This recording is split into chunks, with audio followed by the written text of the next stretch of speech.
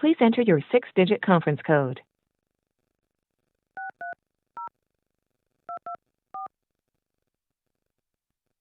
Welcome to free conference calling. We will now connect you to your call. Please say your name.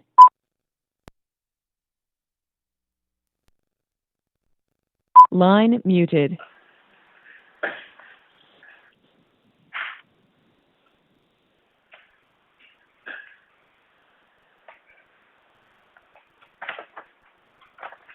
Invalid option.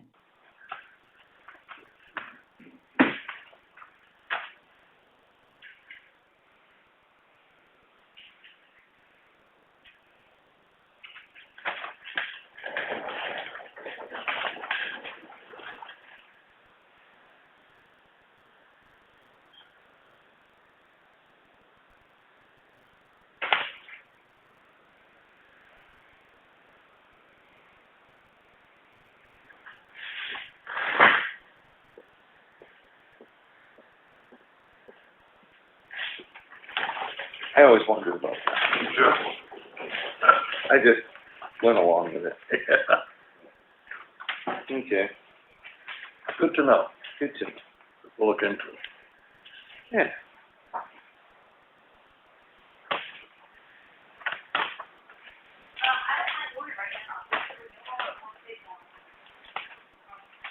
Cool. You're gonna put up a new cell tower down in Wakefield? Is that part of the sheriff's department? No, it looks like, something the town decided to do. The planning board approved it in 2009. Because we're within 20 miles of the tower, we get notified. Huh. But it could affect some of the coverage on the lower side of Province Lake. Now, what is the tower geared towards? It said telecommunications, it didn't say, Oh, okay.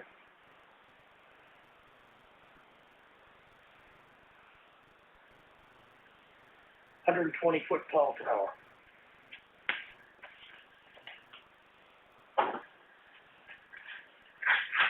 Chris, do you know what this postage notation is? Those are returned rat cards from Rebecca.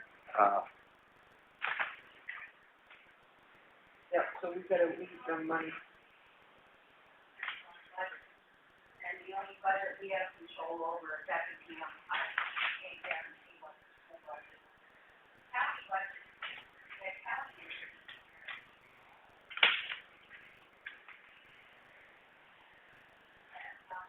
So I mentioned to Mr. Burke to keep an eye out on our waste management billing for that hazardous household waste day dumpster. Yeah. I think it was Bill Rabel that brought that to my attention. It's like, oh yeah, keep an eye out for that.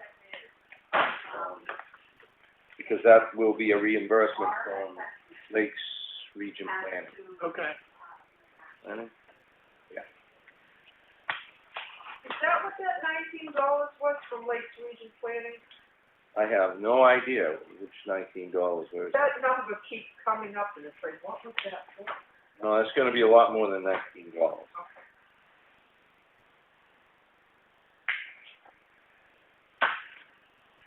And it looks like I'm seeing it here.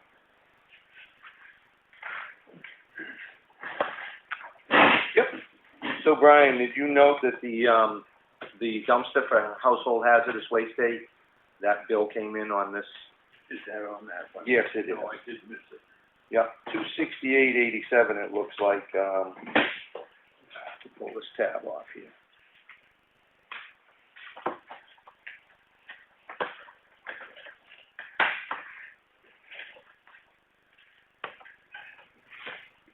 So we're supposed to bill them for that, or are they? Yeah, I would. How's that supposed to work? We're going to get a reimbursement from Lakes Region Planning, so maybe a copy of this statement and a little blurb to Mr. Dave Jeffers over there. That would probably do it.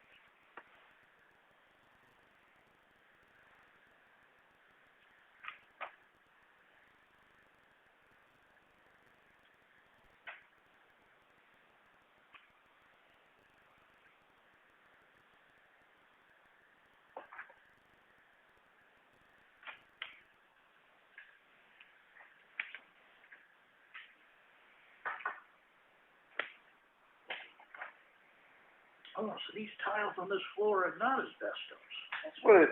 That's what he's saying, that's what Tom kind of just shuffled that piece of paper in front of me, and I've always wondered about that, because it didn't really make a lot of sense to me, but I didn't know. And I never questioned it, like, I just went along with that one. Yeah. So, yeah. I guess, John, I'm gonna look into it a little bit. Yeah, you seem pretty sure about it.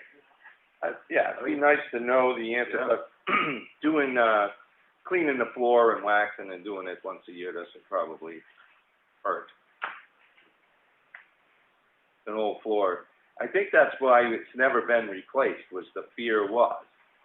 So that's something to consider for an upgrade if we would like to do that, knowing the answer for sure. I suspect we still need to do a sample. Yeah, I would be nice to know for sure.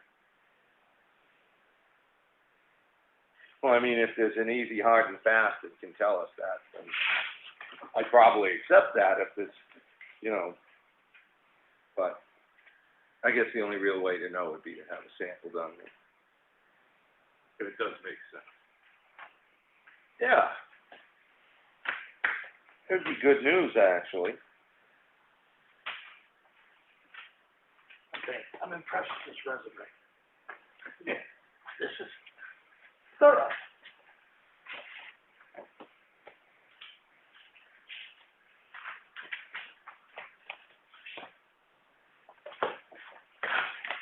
Thank you. Thank you, sir.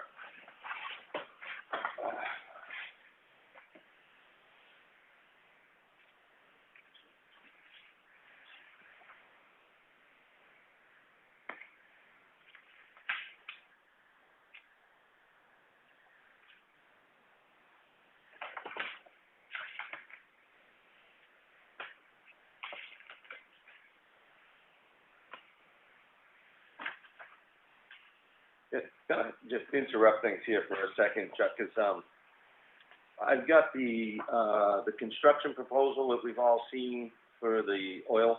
Yeah. I was thinking, you know, if you guys, I'll sign this, if we're good with everything it is, as it is. I like the idea of putting the concrete down, the fresh, you know, the whole, the shooting match. Yep. What we might actually be able to do is save on the tray for the unit you had found. Yeah, it's basically same price. Yeah, so like I really like the whole idea of having that whole concrete thing. The only thing is, the one that I had proposed, nobody has to walk into or get up into, because of the way the design you had. Somebody physically get up in there to pour the stuff into the barrels. Yeah. It's an 18-inch high lip. And I think the concrete, yeah, it was 18. It should be 12. It's 4 inches of. No, the metal one, the metal. Yours was, I think, only 8 inches above. I think that's what came with 8 inches above the floor, which makes it easy to step over into. Right. And do whatever you gotta do. Yeah. My only concern there is if there has to be some kind of a spill and somebody walking around up in there and then walking outside where contaminated stuff. But, it's the nature of what that design is. Mine was basically, the way it was proposed, basically the unit sits right on the front of the tank. You never walk into the thing at all. You don't need to go in. You literally are pouring it in from like standing outside the door. One of my thoughts here was, in having the concrete done. Yep. Then if the powder coated tray did rust prematurely for whatever reason, we'd have something. And I think how long is that tank? Was that? It wasn't 10 feet, was it? I don't remember. Okay, I have it in here. And I got that around somewhere. So we can get back to it later, but the length of the tank that Chuck had found for us there. 101 inches long. Okay, so 8.5 feet. So it'll fit. How wide? 43. Okay, yeah. So here's the other part of this is if we wanted to put optional drums in, we would still have space so we could add to that for any additional fluids, oil, or what have you. We could take others, stuff and have them by drum. You can segregate things. Label them off. So it would just give us so much more flexibility, and that's why I was thinking trade one for the other, because I kind of like the whole concrete steel deal. But Yeah, no, it's like, if we're gonna go with the barrels thing, the concrete thing makes more sense. well, we might, that hasn't been decided, but if we went with option A, you had in a portion of option B, we've got a lot more flexibility is what I was thinking. But just something to think on. All right, we'll think of it before the work session. Because I'll sign this if we're all in agreement later to do the concrete portion. Yeah. Just wanted to have a heads up.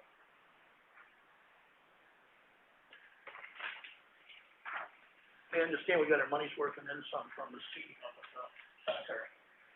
That's what was, He told me that I spent a way bigger item than we had originally told him we needed, so. And it did not change the price, so. yeah, it was, well, who talked to Lenny? I talked to Lenny. Yeah, and Lenny said something to me on the way out from election day too, so. Okay, yeah, because It was good. It was, Cameron saw it out of, Farmington. They did my place too. They do a decent job, so. So what was did you have particulars on that, Tom? Yeah, when I talked to Lenny, he said the guy he did more than was required, like Chuck just said. And when Lenny asked him about it, why he did so much more, he just said, well, it's a cemetery, Nice. So, yeah, he just, goodness out of his heart, I guess. We got our money's worth on that one. Huh. I have to keep that in mind in case we have to go over the landfill. Oh, yeah, they'd be the ones that would look at doing it. That would be something to preserve that cap. That's a big dollar item. Take them about an hour and a half to be done that. Excellent.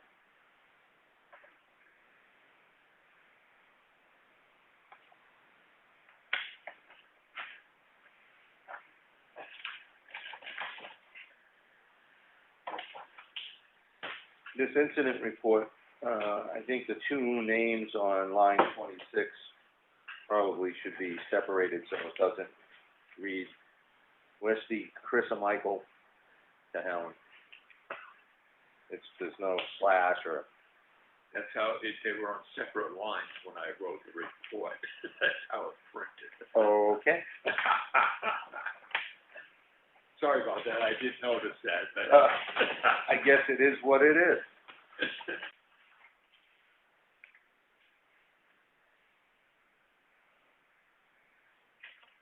It's the point where I tell Deanna I deny all knowledge.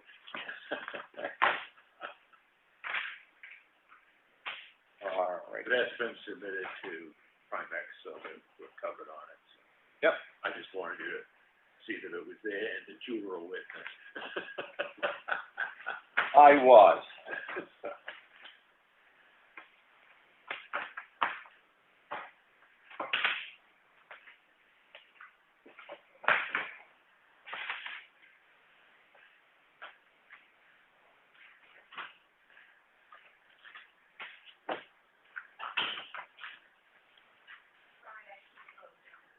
I believe that Mr. Strauss and I are going to impose on you next Thursday, not this week, but next week. Come in so that we can answer some of the budget stuff, do a review of the work. You pulled a bunch of things apart. So we had decided we could work together instead of taking your time individually, and perhaps that'll put Dave and I on the same understanding of things, and we may reach out to DRA for some questions he may or may not have. I'm not sure where that stands, but just a heads up. So we ought to be thinking about the 737 here pretty quick too. Well, this is all part of getting a handle on everything, and the 737 or the 535. I have to look at my notes. Anyway, yeah, that's gets done in October early, so yes. I sent everything that the auditor has requested to the auditor. He's supposed to be working on it, starting last week. I've not heard anything else from him. I'll touch base with him later in the week if I don't hear from him. Okay. I heard that he got everything. He just wasn't. That was Labor Day week, and he said he would get to it the following week. Okay.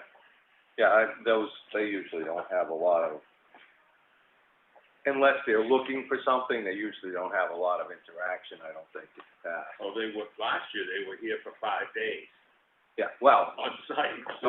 looking for well, that's exactly what you're trying to avoid, is sending as much as possible. But as far as an update in the middle of the process, I don't think we usually get a lot of feedback. Like I said, unless they're looking for the missing. I must admit that I was kind of bemoaning the fact that I had to fill all these DRA forms out to the town administrator and Lee not too long ago. So what the hell do you pay an auditor for? Our auditor does that. Oh, no. Well, there you go. So I think maybe that's a question we ought to ask the auditor. Well, I'm sure if you pay enough, you can get anything done you want. So sure, we could do that.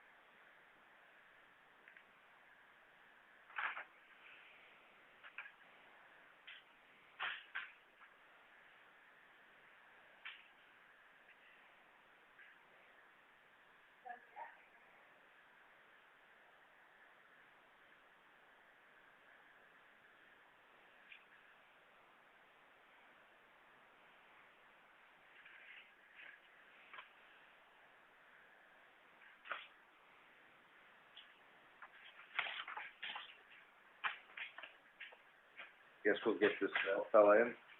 I think we ought to get him in, yeah, I will just like yesterday. we'll set a date that we can entertain that. Maybe potentially for next Tuesday. I think that's our next together. I put the discussion down under non-public, but see, Oh, I just I don't next ask Tuesday, it was non-public. No, it's like, I know, but yeah, we can change the wording on it. No, I like that.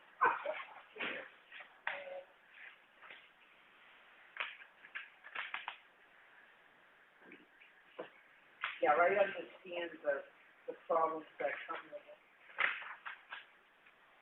So what were you doing next Tuesday? They're gonna have a non-public with the person that made the application. Oh, For the transfer station position.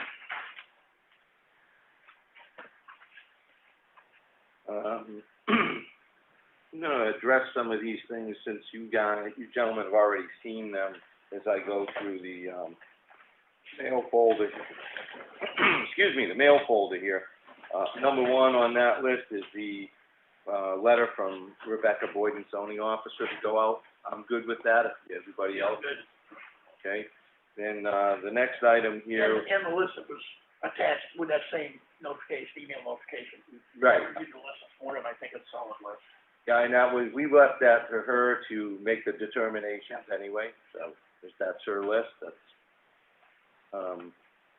the other, thing is, gentleman Bob Moran on Green Mountain Road, has an issue with some of the work being done, in regards to driveway tie-in. It looks to me here from reading this that what he thinks is the driveway tie-in perhaps is the shouldering work. And that work should be being completed today, as well as driveway tie-ins were not completed, and those are going to be the few driveways that are left. Hopefully, if all goes well, we completed today. Tom, did you? Yeah, I actually sent him an email Okay. after receiving that email like you guys got. I also called him on the telephone. We talked. He's all right. He didn't understand there was still work on the road. Oh, okay. He said, I did see it when I went out just now. Oh, all right. Yeah, Well, you know, I'll keep on top of it. I'll check back in a couple, make sure it's, you know, complete for him. 'Cause, I took pictures too in case it ever came up. Now, Selectman Hart indicated to me yesterday that he thought the shouldering machine had broken down, and so it might be a little longer than today and tomorrow. They were working on it then, it was back going, so. Oh, it is, Yeah. okay. yeah, I talked to, Mr. Evans today, so they're gonna be out doing the remainder hopefully today. There's the culvert that's over by 104 Green Mountain Road that hasn't been cleaned out. It's been, you know, on the list. They're gonna try and address that, and the backhoe then will make its way over finally to Snow Road Bridge to do some scoop outs there for the whole beaver situation. And I am looking to probably meet with Mr. Evans end of day on the access point to the PD over here tomorrow. So. Okay. And can you let me know as soon as Ron has punched that culvert too? Okay, I didn't talk to him about, that. I did mention to him Yeah, previously. because when I talked to Mike last time out, he thinks he got the bulk of the beaver out of there. Yeah. He said dig it out in the front, and he said if he can at least punch it, but then let him know the same day that he'll come down and put traps in within 24 hours to catch anything that might be coming down to redo it. Okay.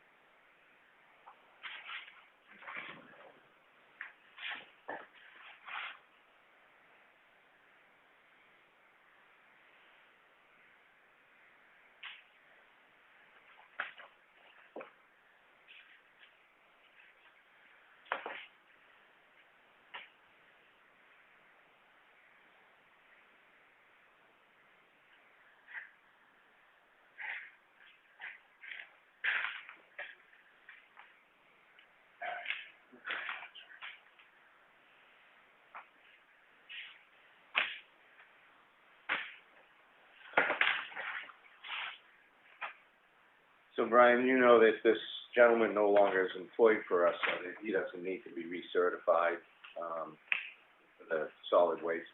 No, but I thought it was good for the rest of them to know Right. that extension existed. It is. Don't show this to Chuck because I don't want him to get the idea we can wait. I think he's already seen it. Darn. Subterfuge. No.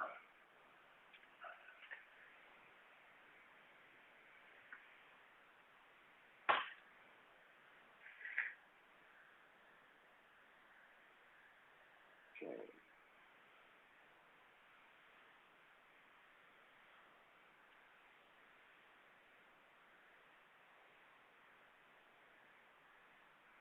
The only thing we don't know about this, tower is actually where it's gonna be unless somebody has the, Well, if you get a GPS guide, you can right. type the coordinates into Google search and Well, we're gonna float a balloon too. It's in Wakefield. Yeah, that could be a long ways from us and behind mountain stuff. Unless it's somewhere along, down around Farmers Lake. no, I don't think so.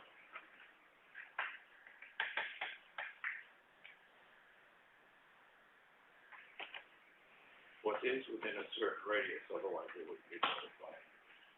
20 miles, yep.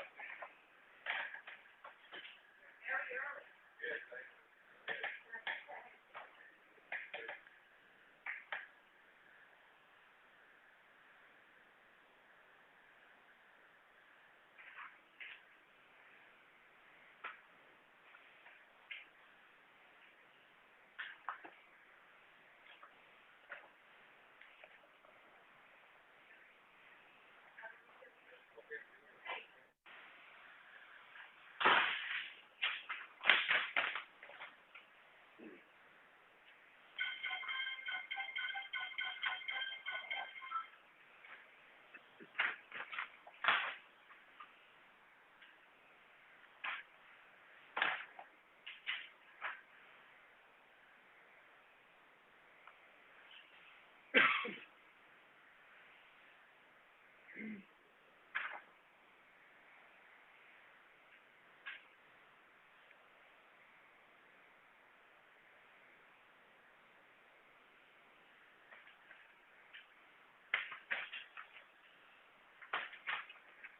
right.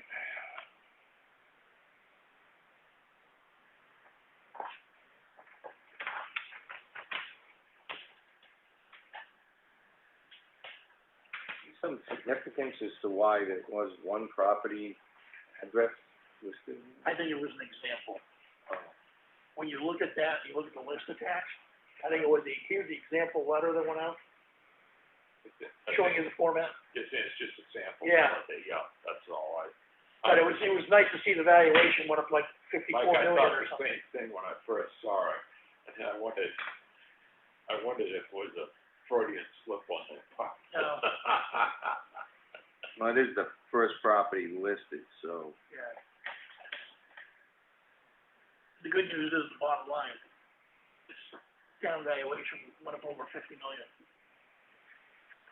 Well, again, since I'm in the mail folder and we're touching on the subject matter here, because you gentlemen have seen this, this is an Avatar report that has come out on the revaluation of properties. Mr. Fuller, you've received one of the yellow cards where DRA, the Department of Revenue Administration, not Avatar, is going to pop by and do some random measurements on the exterior of not only your property, but I understand the entire board has received a similar. Oh, you did not? You didn't? Okay. But I know some other people in town that did. I did as well. There were some questions like, why is that happening? Oh, they must be, because the town is so highly taxed, the state didn't. No, it's a standardized process that comes with our 5-year reval. Right. The state does checks and balances on Avatar, who is our chosen assessor. And when? It's for data entry accuracy, and make sure that the assessor's picking up things correctly. It's oversight. independent valuation to make sure things are working the way they're supposed to under the law.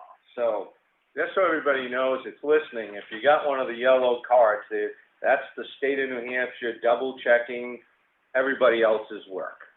Separate from Avatar, it's a review of their work. I am complying. I'm not going to tell them not to come. My property value went up. I think everybody's did, but that's not necessarily a bad thing related to your tax bill, because all this is 5 years later, they revalue your property at 100% of value. We were somewhere in the 84th percentile, I believe, of last year's valuation. Yeah, as of October 1st, 2019, our assessed values, as they compare to real estate market value, what properties in Effingham are selling for, we were at 84.4%. So we're about 20% below where we're supposed to be at 100% of market value.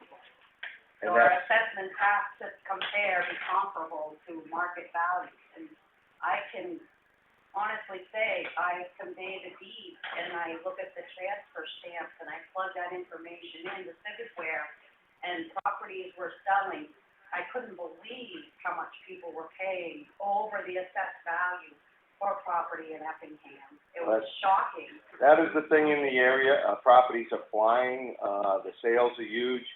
So to the people listening, my value of my property, and Glenn, your numbers are a little off on there on the percentage it's going up. 84%, almost 16%. 20.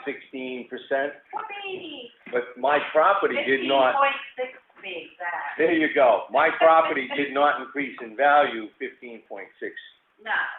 So that makes me think my tax bill will probably be smaller if it was taxed at the same amount than last year, because the property tax bill should be lower, I'm sorry, Maybe. because of the valuation of the town. I think that other properties, bigger properties, high-value properties are probably being captured, we hope. Well, it depends on budgets, too. Do people's budgets go up? How much is the school budget going up? Is the town budget going up? Those are factors that play in.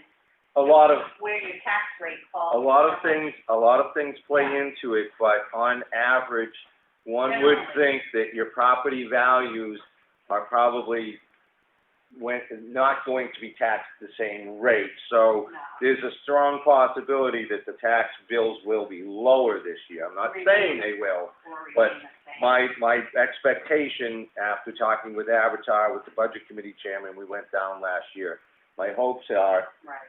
that the actual bill will be lower, even though your property values have gone up. Unless your property value has gone up more than 15.6%, then that changes things. But not all properties go up 15.6%. That's an analysis of all the sales, in that year's period of time.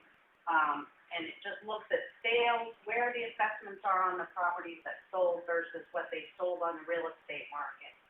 And the standard for CRA, you have to be between 90 and 110% of 100% market value. So, not everybody's, gonna see that kind of a jump. A lot of, I don't think people are gonna follow all the, well, the- I'm trying to inform people. I know, and what we probably will look at is if we have to bring Avatar in once again like we did before, we brought their reps in to discuss it. So once the bills are all done out, we can probably have them in for questions, certainly if we get to open up the building again.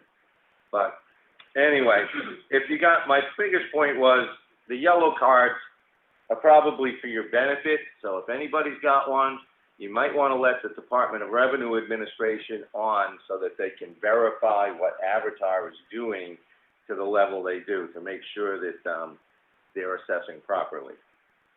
And the letter that went out to every property taxpayer from, Avatar basically also says there is a window of no more than 30 days where people can call and get an appointment or try to get an appointment.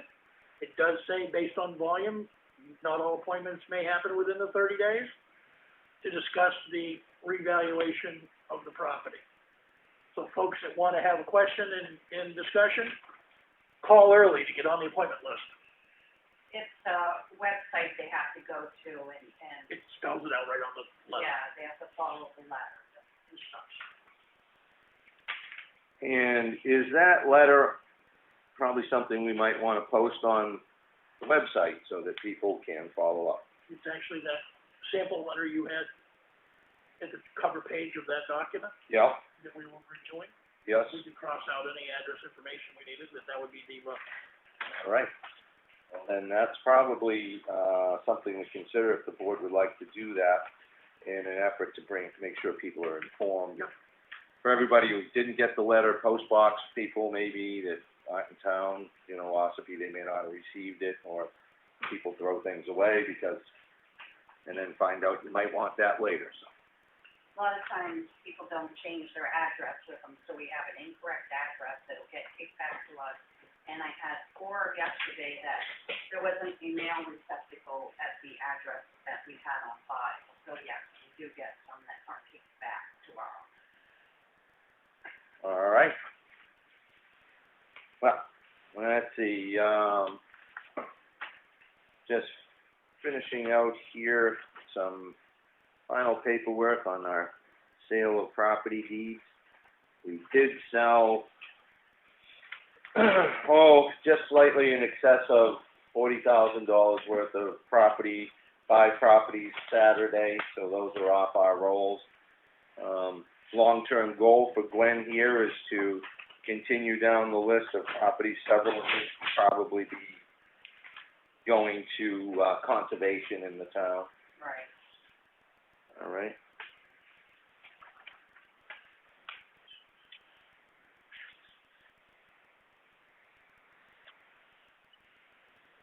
I have not seen a CD57S before.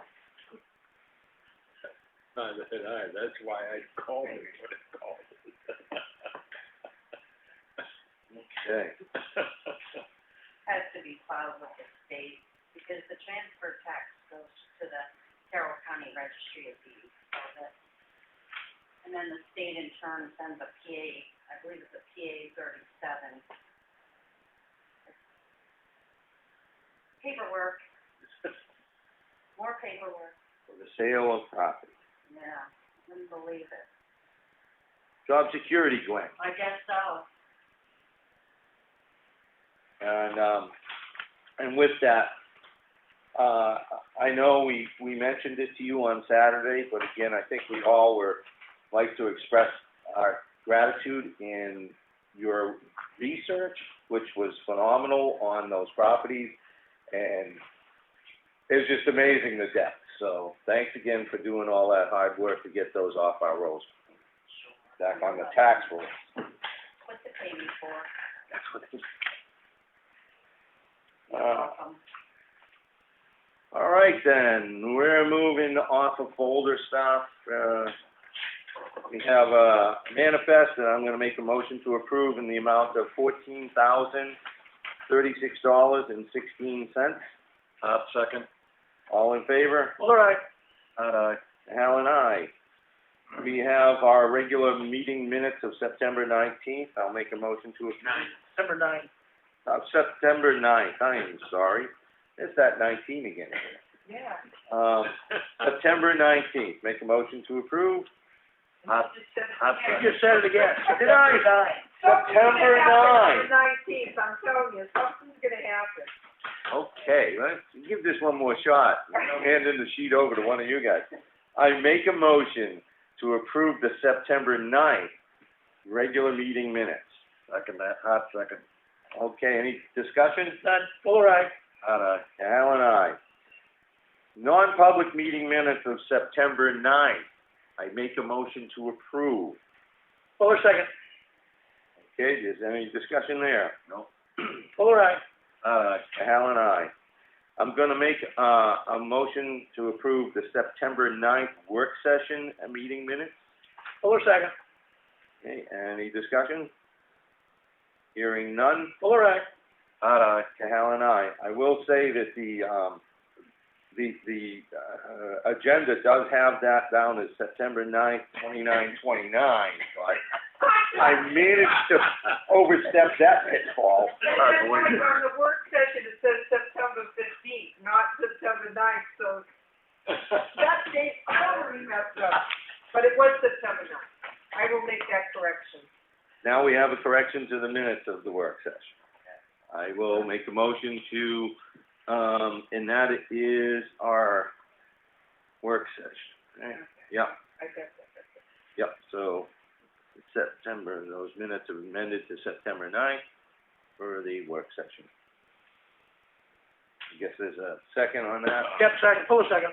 All right, all in favor? All right. Al and I, hopefully we covered that and confused everybody even further than the Avatar discussion. All right. We had, an $18.86 abatement. And the deed processed, we talked about, and our Form CD 57S, for the state real estate transfer tax. In the action folder, we have, an incident report, which has been filed. We have, got the waste oil containment, construction. Do you want to cover that here? Does anybody want to, or do you want to push it out? Do it. Do it? Okay, we good? All right. We'll sign that and get that out. And there'll be a deposit, if we can get that, deposit out as soon as possible for him to secure the building. It'll be on next week's manifest. Okay. What we can do. Floor cleaning update. Hoping to get that, floor cleaned and waxed again. Review the mail, let's see. We did the first one, we did the second one, we did the third item. We did the fourth item, Chuck had that one.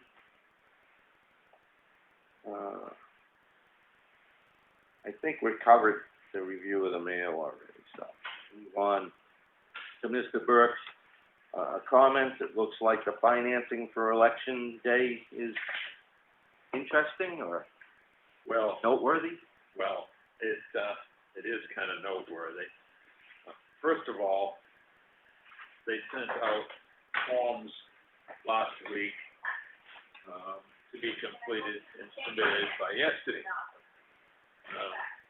Because I wasn't here on Friday, I completed them on Thursday. I even called Bud Fish in the Secretary of State's office because we didn't have a number for how much per ballot they were gonna pay for mailing. Yeah.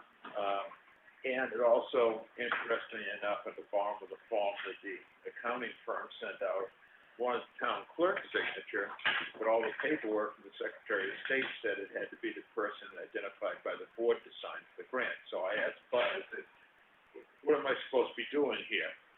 He said, yeah, that's wrong. I said, well, I don't work tomorrow, so I want to make sure that I can submit this. He said, submit it the way you've got it written. They'll have to fill it in. They'll have to take care of it. Okay. Monday, we received an email from the accounting firm that says, oh, by the way, you gotta use the new form. And guess what? It has the amount per ballot on it, and it figures that cost out, and it also changes it to signature by the person that was granted. So bottom line is that they are going to, they say the cost to mail the absentee ballots and handle them, was $909.52 total. Of that, they're going to pay the town $727.62. I filled that out, submitted it, and they have it. The other interesting thing on it, though, is they wanted to know if we had submitted for reimbursement on Gophers for anything to deal with the election. I initially answered that yes, because I was submitting for the tent that we had out in front. Reading further directions from the Secretary of State's office, all the election costs have to go on the October report, not the September report, even if they happened in August. Now, it's going to be kind of interesting to determine whether Gophers and the Secretary of State's office are in alignment with that, but we'll see. So I changed it and said, no, we hadn't submitted anything because they took the tent off of this one that's going in today because according to the instructions, it's supposed to be one going in next month. So that's done. They have it in both forms, the original one and the new one. And it was in before the close of business yesterday, which was a requirement. Showcase tent rentals for the November 3rd. They will rent us the tent. I have signed the contract and returned it to them. And I will also put that cost onto the cost of the November election. I figured they were gonna rent it to us. Well, I didn't want to make that statement without. No, I know, but I couldn't see that they wouldn't supply it. Well, as long as they have it. Everybody else can be requesting tents too, so. Well, I think the point was it was the cold weather that was Yeah. their concern. They were concerned that the cold would cause the vinyl to crack. Okay. And that they didn't want to take the chance on that. Guy that owned the place said November 3rd will rent you the tent.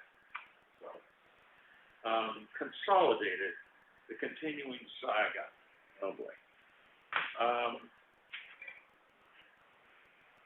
Bottom line is that they discovered that they have to do a significant upgrade in their facility that receives data from 68 School Street, Effingham, at no cost to us.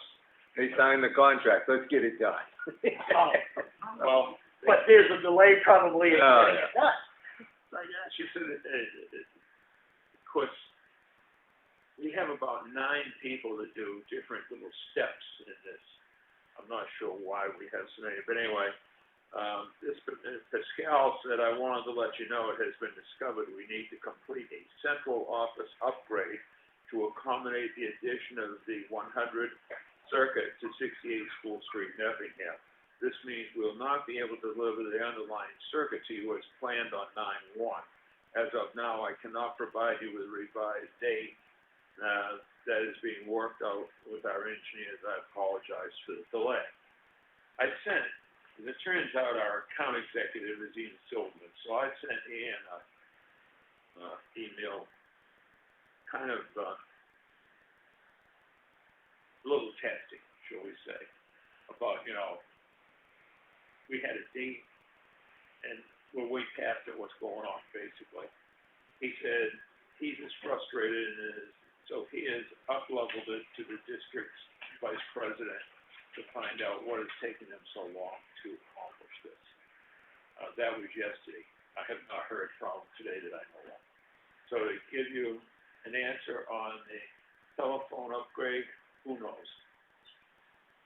Because Stay tuned. Consolidated definitely doesn't.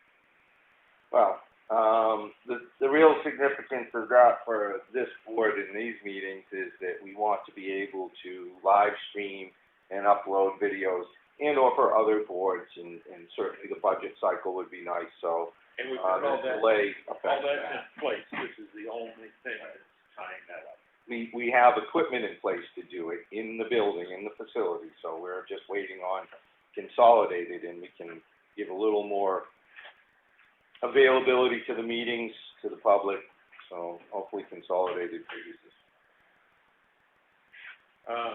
I want to let you know that Christine's email is down. But she's tried to fix it. Lynn Happ has tried to fix it. They think it is something with the, Hosting company, yes, thank you. WordPress. Okay. So, and Teresa's been on vacation, but I will contact her after we're done meeting today and see if I can have her figure out something. I suspect ultimately Lynn Happ is going to have to try to figure it out. Well, if it's with WordPress needs to figure out, right? Yeah, well. You gotta go, what it is right now is, it sounds like Lynn Hart has run whatever it can for its initial, diagnostic piece of it, and they determined it's not in their system, it's in the hosting system for the email, which is possible. Now, it's just Christine's, there's nobody else's at this point in time that we know of. This is where I get to say, Chris, what did you do? It's me. Well, that face, the look I just got should be on camera for all to see. Everyone's been getting that face lately. The last thing is, that I wanted to touch base with is I talked to you about trying to get a breakdown to figure out the breakdown of COVID monies for the fire department. No, it's not done, and I'd say use what you have. It's what? I would say use what's there. Well, and now I'm gonna ask the board, I can probably deal with the pay, the 1099 pay that went out.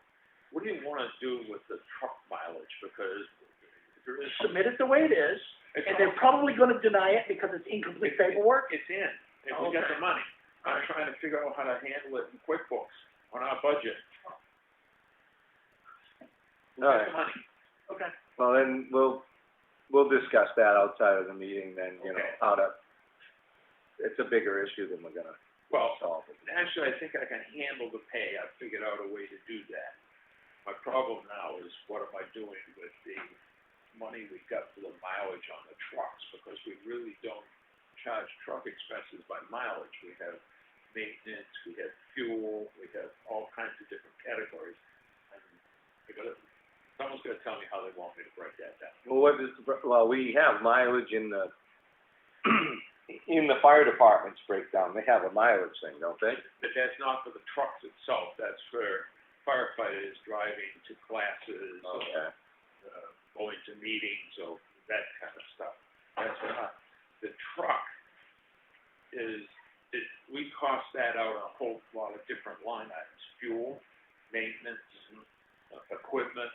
So this is an expense specifically to COVID though, that we're trying to capture on the mileage, so we What might they did need is to have a COVID line that addresses that, maybe a breakdown separate under COVID. When I submitted it to the COVID refund people, I put in X number of dollars and cents for pay.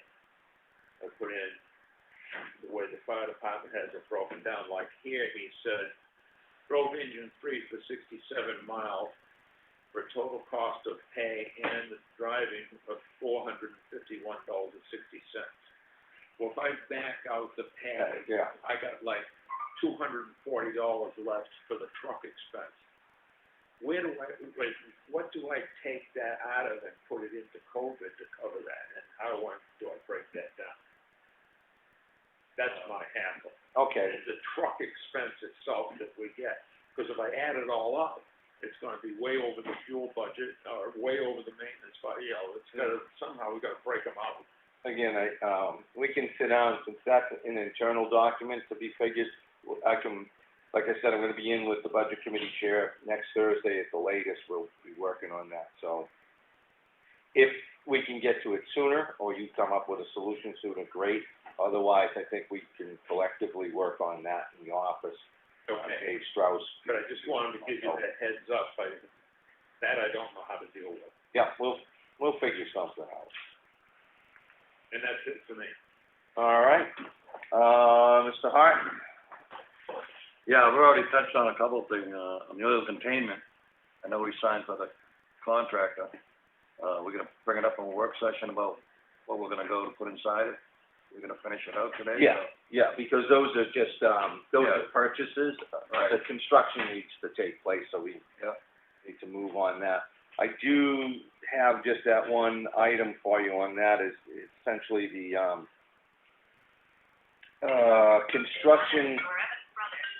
construction, portion of that is good for our grant until January. So we still have that $2,500 that we can put towards that for, That's up in January? yeah, so that'll offset that cost. Can we get another 2,500? We could submit, and that's what I was. Because I'm just thinking, it's like fill the building and then order the barrels and the other stuff in January if we could get another grant. And that's the thing is, to follow up, I'll have to call up with Dean Robertson over there at handles the oil, because I put in a 3-year plan. So I'll have to see, is this just like an annual, or does the 3-year plan come into play? Just what are the steps? Because I thought of that too. It's so we can get the containment. We're far enough into the year, get the containment built, and then we know there's no weather gonna get into it. Right. And that's another point where I was making earlier, if we have some of those, drum containers, even if we got 2 of them, 4 drums, I think we could fit your container, should we go that way, in there, as well as some drums, so we can be functional immediately, short order here, Yeah. and put the big nice tank on for next year's purchase. But anyway, that's all part of that work. Okay. Also, we touched on the letter from 10 Green Mountain Road. Yep. And that was taken care of. Still sign mapping out there. Another week or so on that. Take some time. Also, been going to town, looking at their dog ordinances for future, when we get to that point, if we do.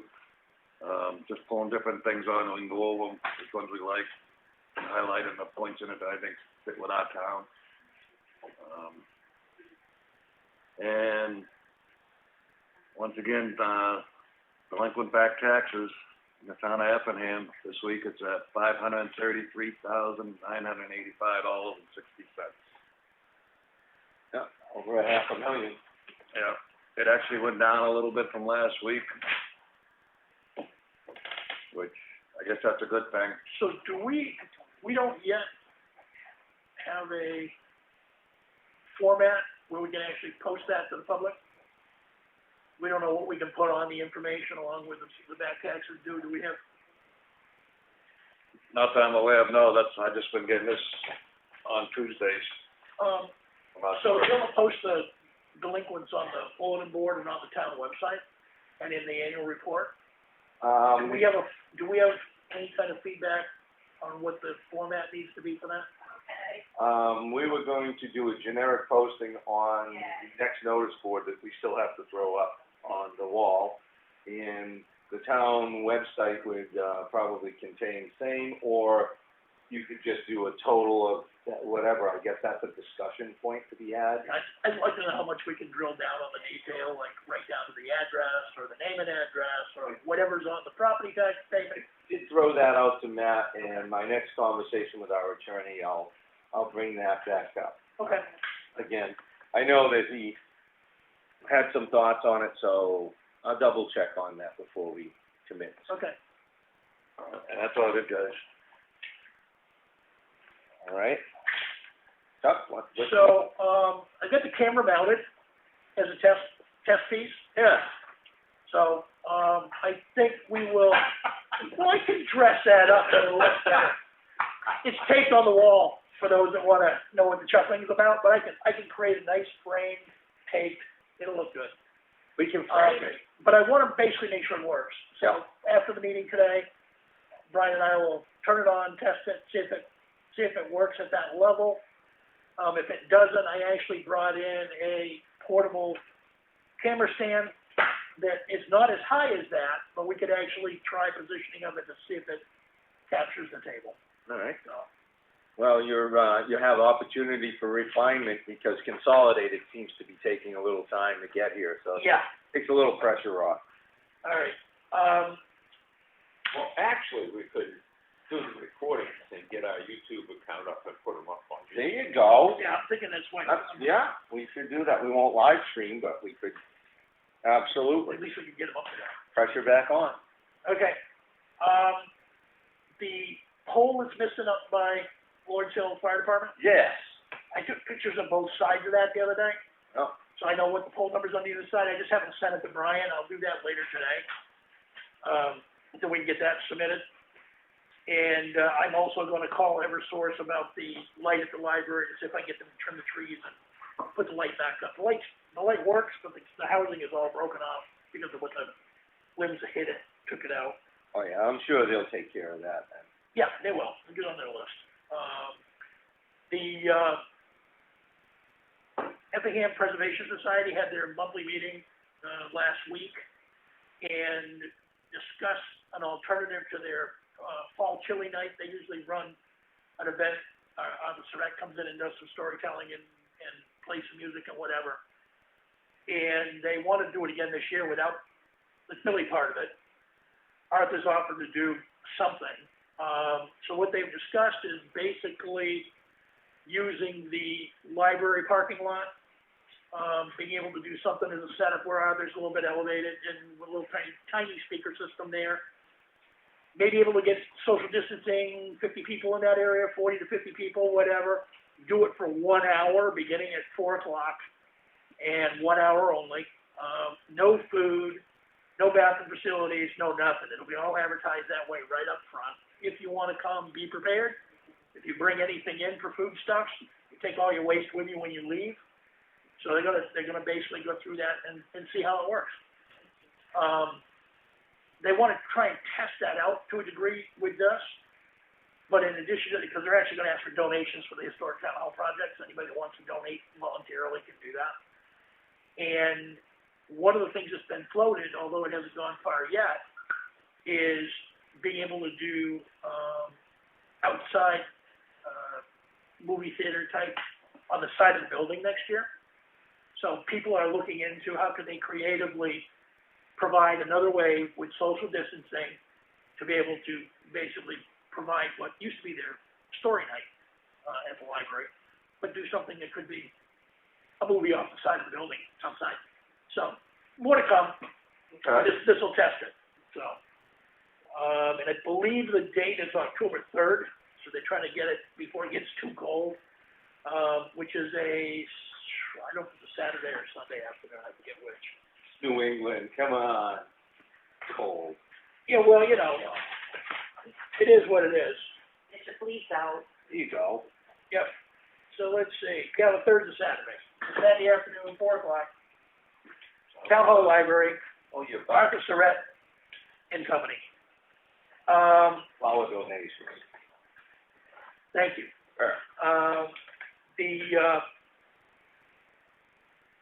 project received a couple responses from a couple of the foundations that letters were sent out to. The foundation wants additional information, so it looks like it's gonna be a consideration item. So we're working on getting that done right now. The project is now funded at a goal of 71%. So out of a $150,000 goal is $106,400 that's been identified for resources to use for the project. So we're still trying to get the remaining amount of money through grants and donations, in the next month and a half, before they announce the winners and losers for the L-chip for the year. And that's all I have. Before you start, Mr. Chairman, I also failed to indicate, you asked me to look at the poles at Station 2, about the pole that was down and needed to be replaced. And there was some discussion whether it was a consolidated pole or if it was an Eversource pole. The poles on either side are Eversource, so it's an Eversource pole. Okay, I thought so. And I do have some pictures of the poles.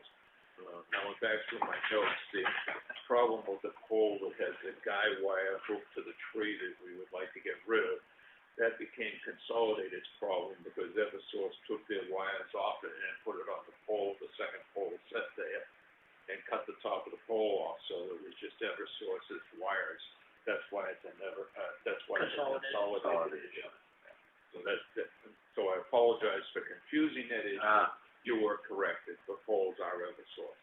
To further clarify, it's Station 1, the little one, the oldest station. Lord's Hill. Lord's Hill. Okay. Has Consolidated been contacted, and do they need to be for that pole?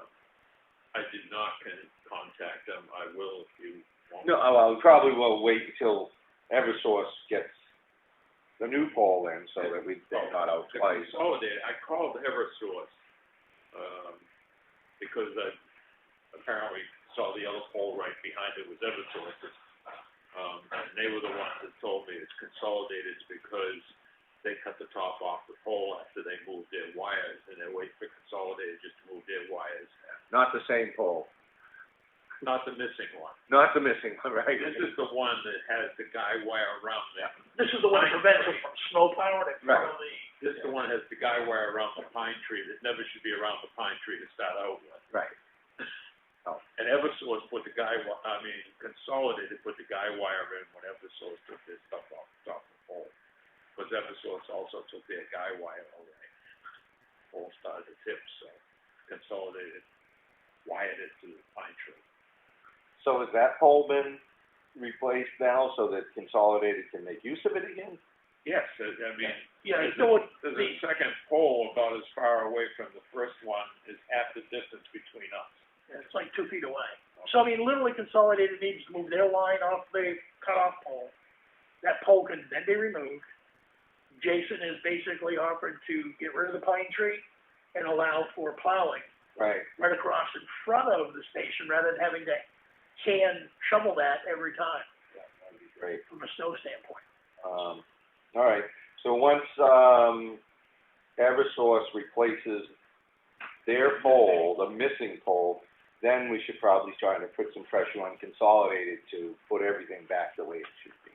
Yeah, but They get rid of that pole, so we they're get totally rid of that. independent.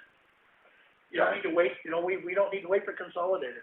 No, but Consolidated would probably make use of the missing pole as well. So I would say bring them out once. Yep, It's like, oh, yep, you're right, they have to hang that. Okay, then. sorry for the interruption, but No, No, that's good. glad to hear that's getting addressed. That's been out there for a really long time. All right. Well, I did, follow up just to make sure things were, left appropriately with Carol Tubman, who had contacted the town about a burial situation. And I did a bunch of research on that subject matter. So we came to an understanding, there's not an avenue for us in this case to provide any assistance. So that became clear, and she understands that. And should there be a change in the information provided, I told her to contact us and revisit that issue. Sir? Will you finish? I was finished. Oh, okay, I'm Yep. sorry. Yep. Let's see, what else do we have here? I did have, some updates from the bridge issues that we have. The permit for the wetlands in Elm Street Bridge is still being processed, as we only got the contract out to HEB a week or so ago. So they're pursuing that with the state so that we can get the final concrete work done this fall. Talk to the bridge builder on that, and... That's concrete work to the abutment. Correct. Okay. The abutments, both abutments. And that, the newest estimate will be sent to HEB and us, so that we'll get an update on that. I talked to the contractor about making sure he gave us a new, proposal. And with that, I asked the contractor for a schedule, construction schedule for Snow Road. It looks like, USDA has asked for the same information on a couple of occasions, so there's a disconnect in who's getting and how many people are involved, I guess, over there. We don't know. So they've either got, Chris Fournier, our engineer, has either sent them an update or provided them guidance to when we've already provided that information. With that, it looks like all we're looking at now is the contract, because there's USDA requirements that will have to be amended into the construction contract. I don't think they're huge, but there's certain clarifications are going to be made. So HEB's working on that with USDA, and as soon as that has been ironed out, we'll get that over to the bridge builder, Mr. Hanson, for his signature. And at that point, we'll also get a materials list for prefabbing the bridge, because it gets constructed off-site as a kit. So what we'll be looking to do is give them a down payment for material cost. Believe labor will not be included. They'll construct that, hold it at their facility, and then in May-ish, whenever the spring lets us tackle this project, we're hoping to get there as soon as it's available. The ground is appropriate for it.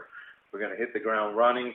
The bridge will be a kit all ready to go, and Mr. Hanson and his group will come out and get after that.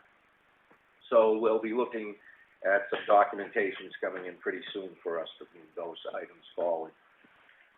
Other than that, we've covered most of the other little things going on, some maintenance issues going on around town with the road contractor. One of the other things we'll be I'm starting to put together a list for warrant article items, so if anybody has certain items that you can think of, or you have an already established list, just shoot it to me and I'll try to make a master list from everybody's input, including Mr. Strauss, if he's listening, and Dave had some thoughts. So we'll start getting that ready for a budget cycle. So, HEB is still working on the Pine River Road culvert DES permit item? That one's another item, separate item from what I spoke about, right? So exactly. There was, the upland or overflow culverts, that's where we're trying to pursue with the DES. And that's the paperwork that they're finalizing to get out for review at DES. We'll see how that goes. And if that's approved, can we do that next year? That is already on my warrant article list, because I think that should be a separate item. And if it's, although that we'll have to give that some consideration in case somebody decides to say no to that, then we wouldn't be able to spend the money on it, which that gets a little problematic there. We'll spend out more in legal fees probably, or fines. But that, be looking for something on that front in the next couple weeks as well. So with that, I don't have anything, because our police lieutenant is not available today to come in. I was looking for some follow-up paperwork.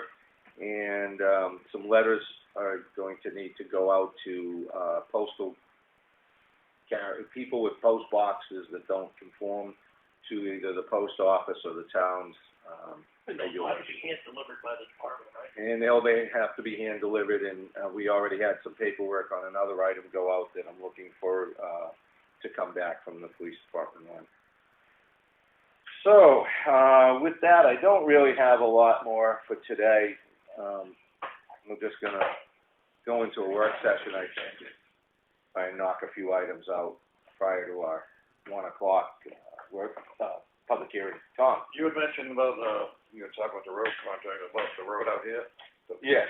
What do we have to do out here, Fred? Just, Out here, you're referring to the access to the police department because of the septic and the Correct. field. We wanna move it to the other Did side. you say there was something we had to do though for them?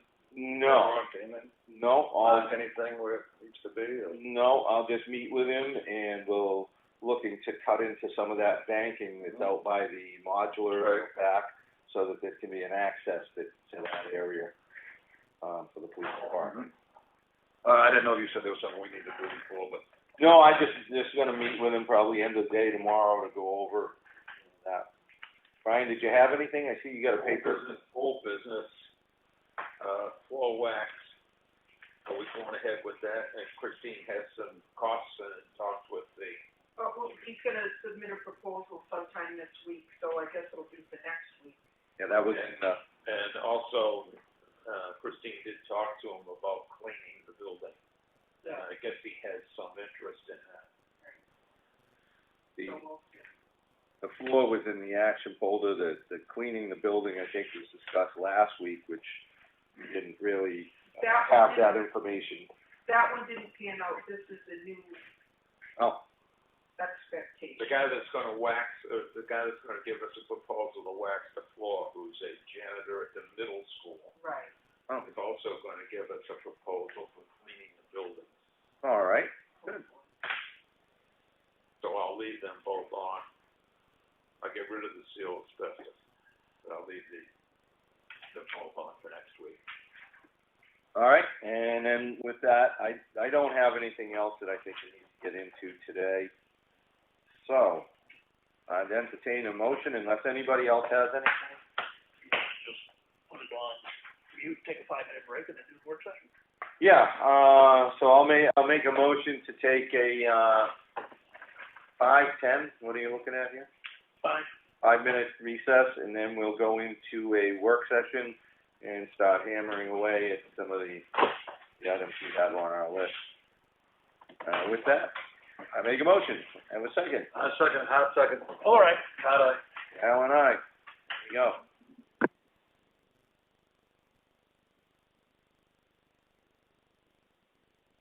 Conference recording stopped.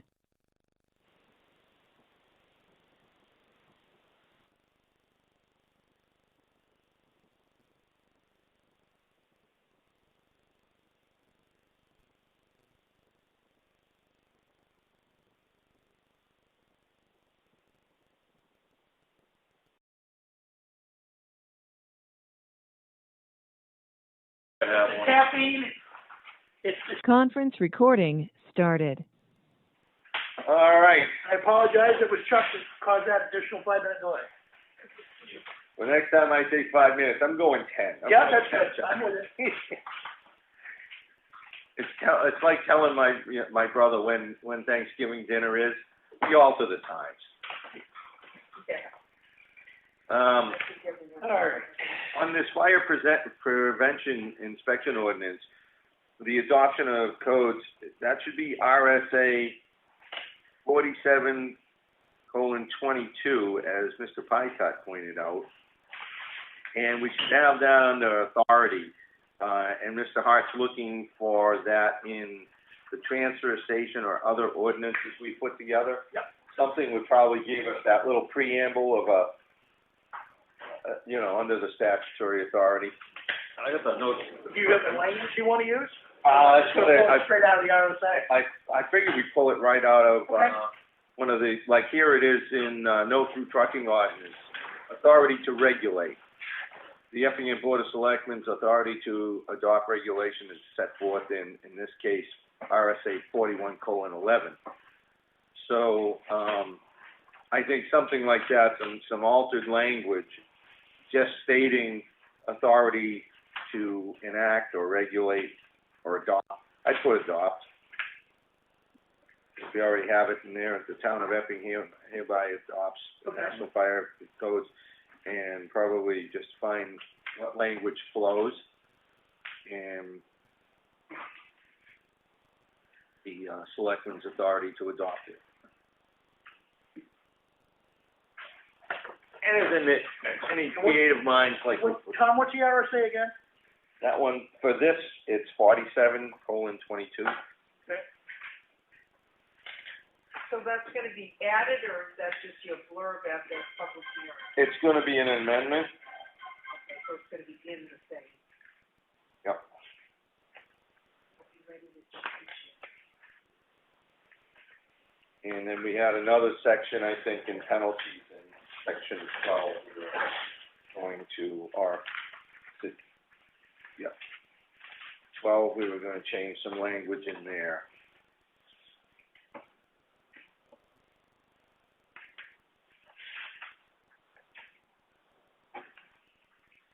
I guess we need to go through what those are, Yeah, I didn't actually print them. I read them last night, but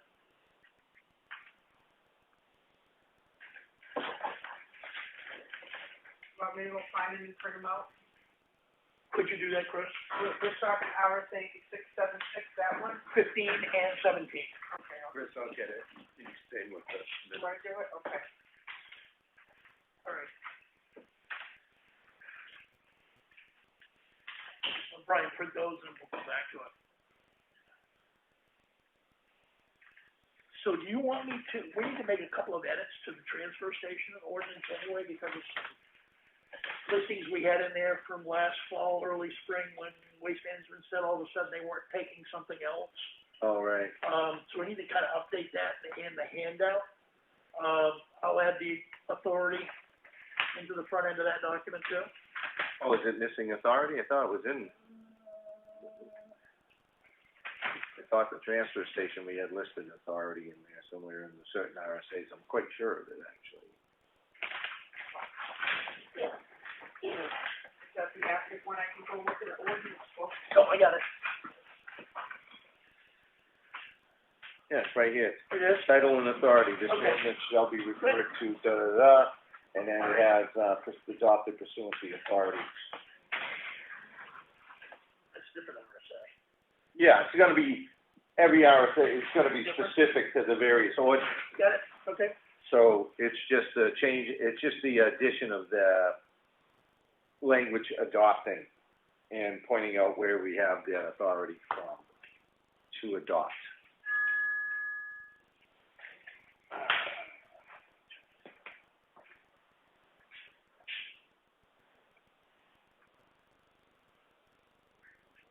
All right.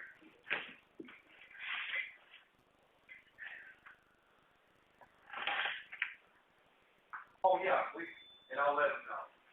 Thank you. Certified.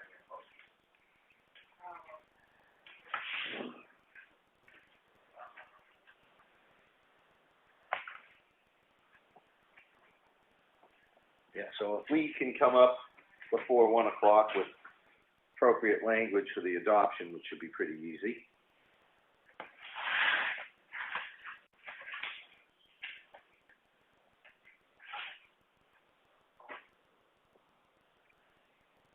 If we got that, that actually make the change right in on Chris's computer, Yeah. reprint it, and then cover it during the public hearing. So, penalty, when violation penalties are not called out in a specific section of this ordinance, the fines, penalties, and remedies for the violation of this chapter shall be. What shall they be? It's actually spelled out, misdemeanor and felony. Okay, When he prints that, we'll be able to see that and see where it looks like the fire department can be part of that.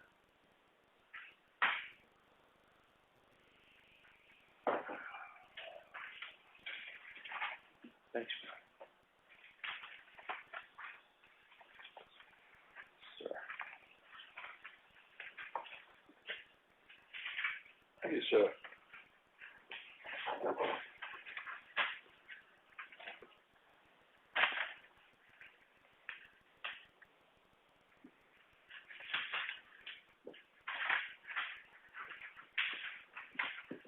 Thank you, Ms. Burke. Chuck, on the back page there, I had problems with email yesterday, so I couldn't, get an answer, but do you want the date imprinted, or is this fine to write it in?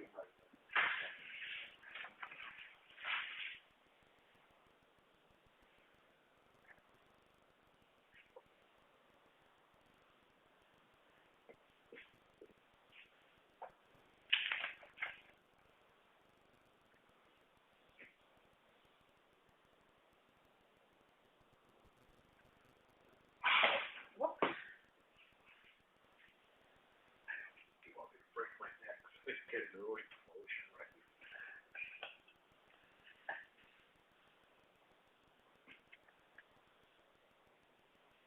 That's good.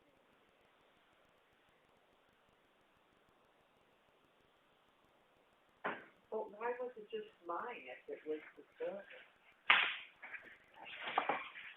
More than likely a glitch in the software code.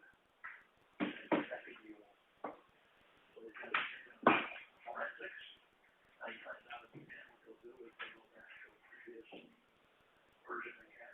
They'll this one, reload that one, reload that one again. When did I do that? A couple of weeks ago? Typically the way you solve that when it's a one-off. It was affecting everybody, totally different kind of scenario. When it's a one-off, typically they'll go back in and tweak it.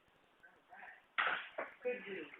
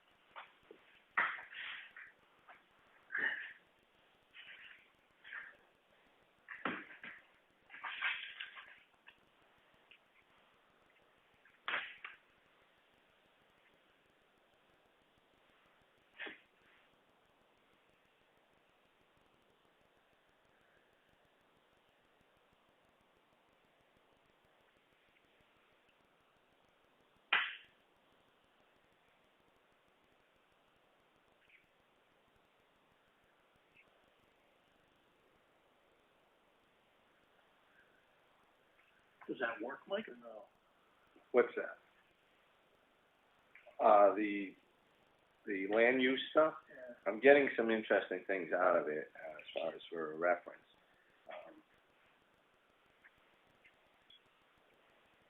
So I'm looking at down in Roman 5 on 6776, 17. Yep. You got RSA 502-A11-A. There's good language in there. That I think that might be our reference point, at least one of, because it has local regulation enforcement. The district court shall have concurrent jurisdiction subject to appeal of the prosecution of any violation of local ordinance, code, or regulation properly adopted pursuant to enabling statutes to the extent that such violation by saying, anyway, you can read it, because I'm trying to read it off my phone. Yeah. But I think that covers it, and it references 502.14, Roman 2. And it does reference land use stuff, which is 617A. And 17 is in there, 17B is in there. So it's covering that stuff. Deeper dive could be. And it going down to 651.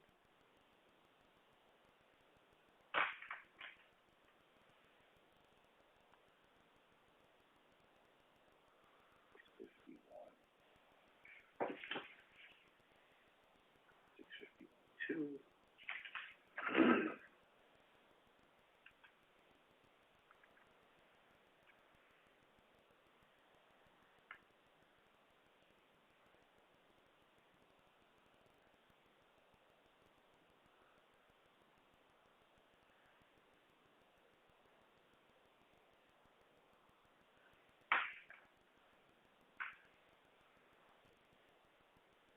So if we're talking felonies, 651:2,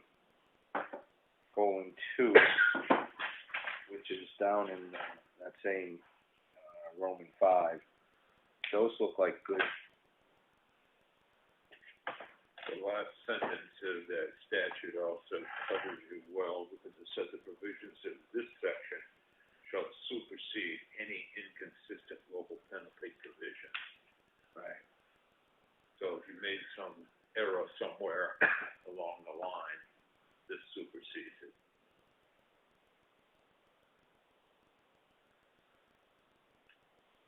So, would we add these two additional RSAs you referenced, and you keep the ones that are there, but then add these two additional ones?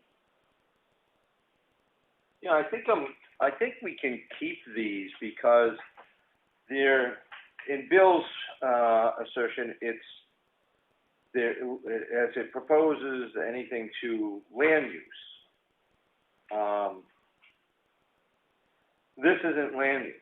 These are just we're saying the same as these two RSAs, but they're not pertaining to a land use issue. If it was a zoning ordinance, According to the RSA, the title, yeah, LXID, 676 is under the land use regulations. When I popped up the state site yesterday, yeah, and I looked at the title LXID, it lists like 6 different chapters, and 676 is one of those chapters. right. It's under planning and zone, and that's what it is. It's planning and zoning, and it has administrative enforcement procedures is 676. What I'm saying is, we can, and as it says same as, right? As Tom pointed out, it said same as. Shall. Is it shall? Shall. Okay. So I don't think that's bad language, because we're not doing anything to land use. That is, we're not saying that we're making a change in land use, whether it's zoning or a planning issue. What we're doing is we're saying that as an enforcement penalty, it's the same as what's used in a land use. Okay. That's how I read it. Yep, okay. And I think when you have that in there, that brings you down to encompassing 502A11A. Yeah, we're having 15 and 17 in there, you automatically capture the other two. Yeah, and that's how I'm reading it. Should we italicize the same as words, or no? If you think that helps segregate it, I guess. Oh, I guess it's even more emphasis on it, it's not the identical, it's. Yeah, emphasis is the correct terminology. And, yeah, I don't have a, I don't know. And therefore we can emphasize, Yep. we're not adopting a land use issue. we're referencing the penalties within land use. Okay. If we're gonna make that edit, we ought to do a capital T on title then, because it actually is a title.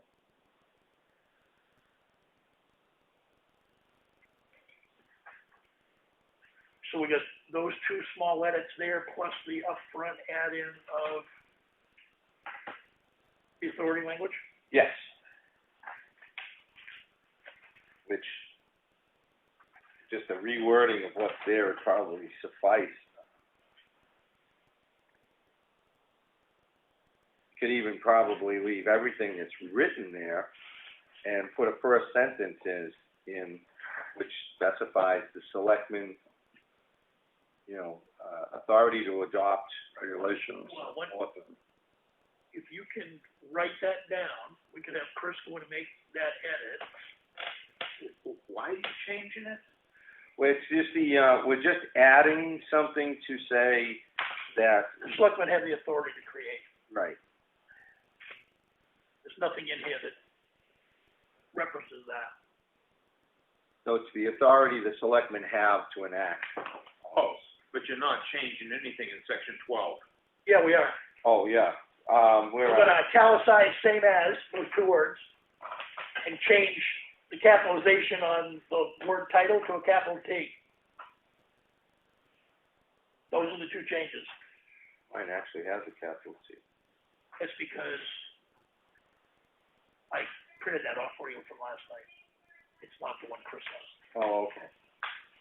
Yeah, so it's just the one we're looking at in kind of our section 1 adoption of codes on the first page is, and I'll have to take one of those other, like the transfer station one again. Maybe I'll steal that and see if I can make some language out of that.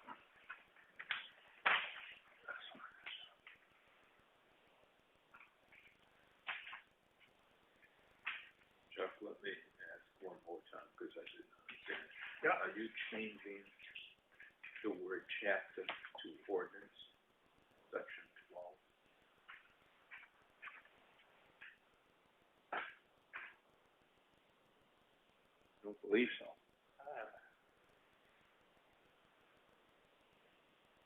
We don't use chapter anywhere else in there.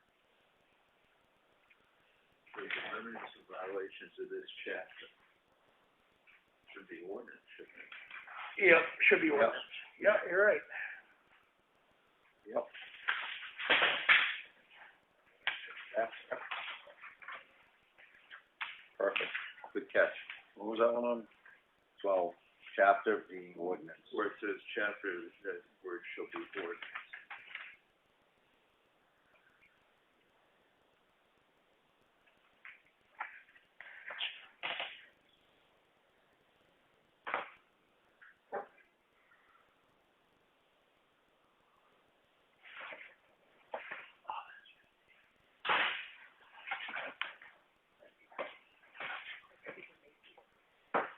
Yeah, but you had it available, that's the key thing.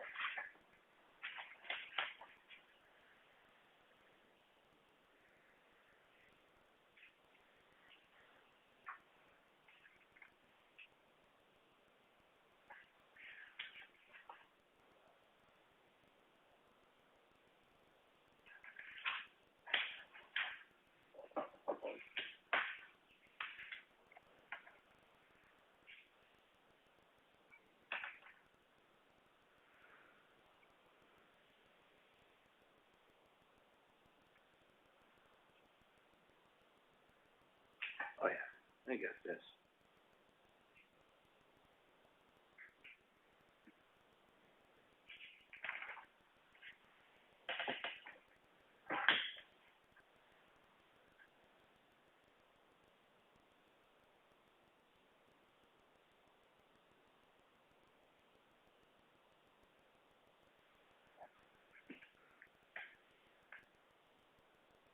And you want Chris to make those changes? Yeah.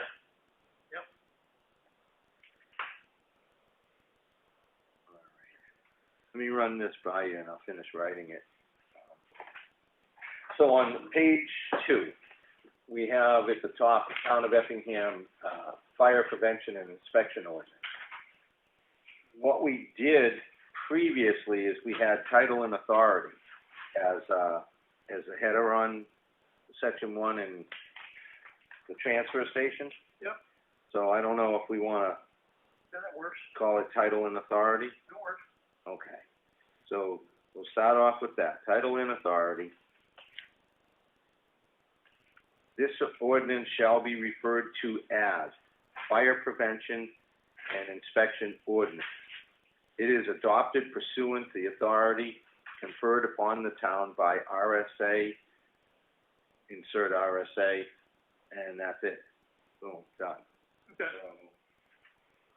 RSA 4722. Because what we had here in the transfer station has, again, title and authority, this ordinance shall be referred to, in parentheses, transfer station solid waste inventory recycling ordinance. It is adopted pursuant to the authority conferred upon the town by RSA 149 M17, Roman 2, and the next one. So I think that, So, do you wanna insert that as the first paragraph underneath section 1? actually, I think I put it all on the top and make it the header, title, and authority, and include all above that language there. So we'll take that format of the title of the page right out and make it part of the paragraph? Yeah, I leave everything down here, and I just add a new thing, title and authority. And then, this ordinance shall be referred to Town of Effingham Fire. Yep. And then under that, we have the adoption pursuant to, and then let that just sit right below it as, Okay, you can explain that first, and we'll type it up. right, I'll finish writing it up,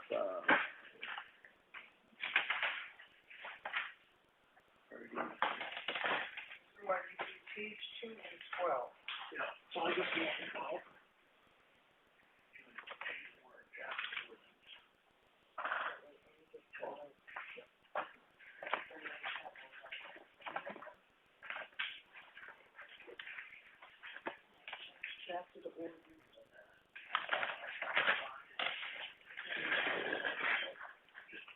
Would you like to just highlight the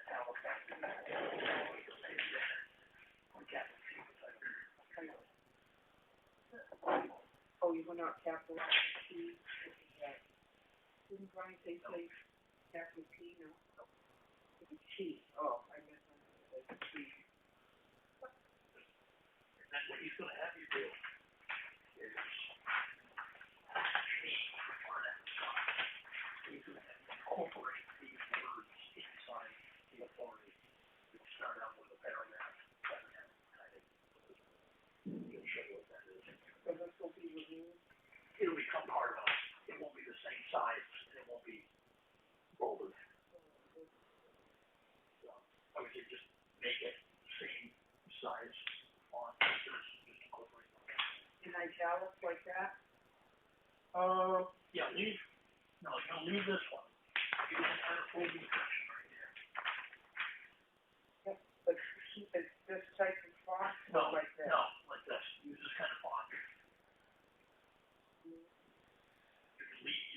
This is gonna stay where it is.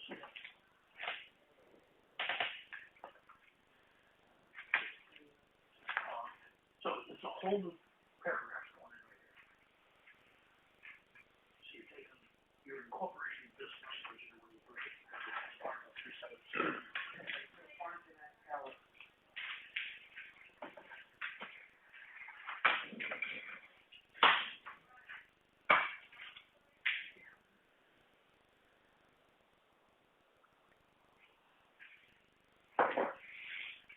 While he's working on that, did you look at that at all?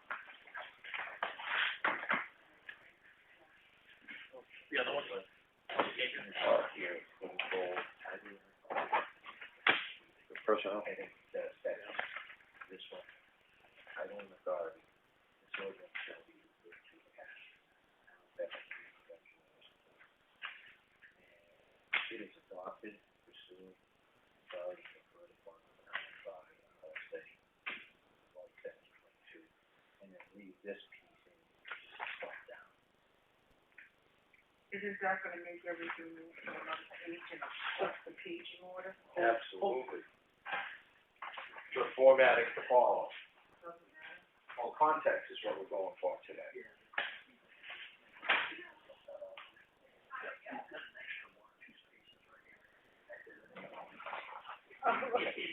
Because once you reduce font size, the title, read your space, so. All right, I'll see what I can do. Okay? Doesn't fit, we're gonna drink all your tea. All of it. All right.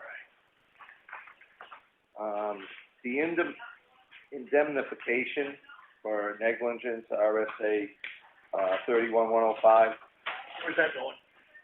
that is just going to be adopted, so it's just a read it out, and we adopt it. That's not a public hearing. It's normally done at a public meeting, but a public hearing, I'm sure, suffices beyond its requirements. And that's just to reestablish that, you know, and have it on record. It's believed to have been done before, But nobody knows. but rather than chase it down, we're just gonna, So what I'll do is I'll add a cover page to it, so it's consistent with some of the other cover pages. yep, And we probably, we'll add a date on it when it's been readopted. okay? And, probably reference the public hearing date, or we could even put in, the newspaper clipping where it was advertised. So if we have this in a file somewhere, That's what I'm thinking. We can photocopy it right onto the page. okay? Yeah, and, By having it as a separate item with a separate cover page, it'll stand out as a separate, unique unit, but it'll explain what it is. some things probably should end up in the tax, town clerk's binder or. And that's okay. We can make extra copies of it. I think we ought to keep this in kind of the one big binder that's out there, 'cause It's at, by RSA, like the one we're doing here for the fire ordinance, Yeah. that's supposed to be maintained by the town clerk. that's a good, So all of the final stuff like that yeah. is supposed to go into a binder maintained by the town clerk technically. One of the things you ought to consider, I know there's a lot of things to consider, but You think? once you have moved everybody to Microsoft 365, which is gonna take until next year to complete, you ought to begin looking at indexing your selectmen's meetings by quarter. That means putting all those into a single file and then creating an index so that you can find stuff.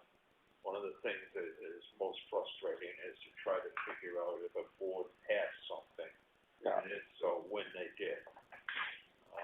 And that, you know, That's part of why you keep all these things in a binder too. I mean, digital age is changing that, but the state mandates you have these things, so you can thumb through. but there's no index to tell you where to go to for the selectmen adopting RSA 31105.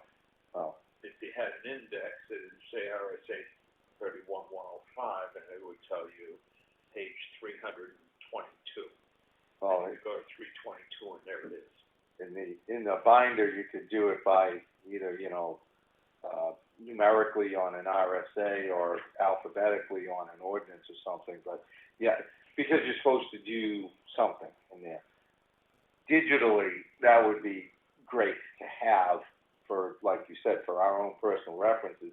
And that's the problem with going back and finding the indemnification is, Mr. Pycutt says, hey, I took care of that in my first 3 years.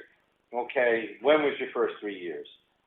Do we have to go back through all the minutes? Are the minutes been kept up, and where are they? Like, they're not in the binder in the hallway, because that's the most recent. So, are we now looking through the dustbin files out?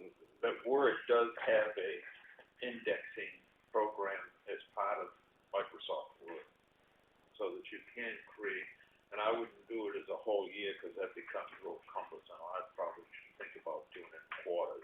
I'll talk to Audrey about it, because she's probably even better at it than I am because of our IT background. You know, you could probably do it by year because a lot of things don't really happen in the course of a year. Things take so long.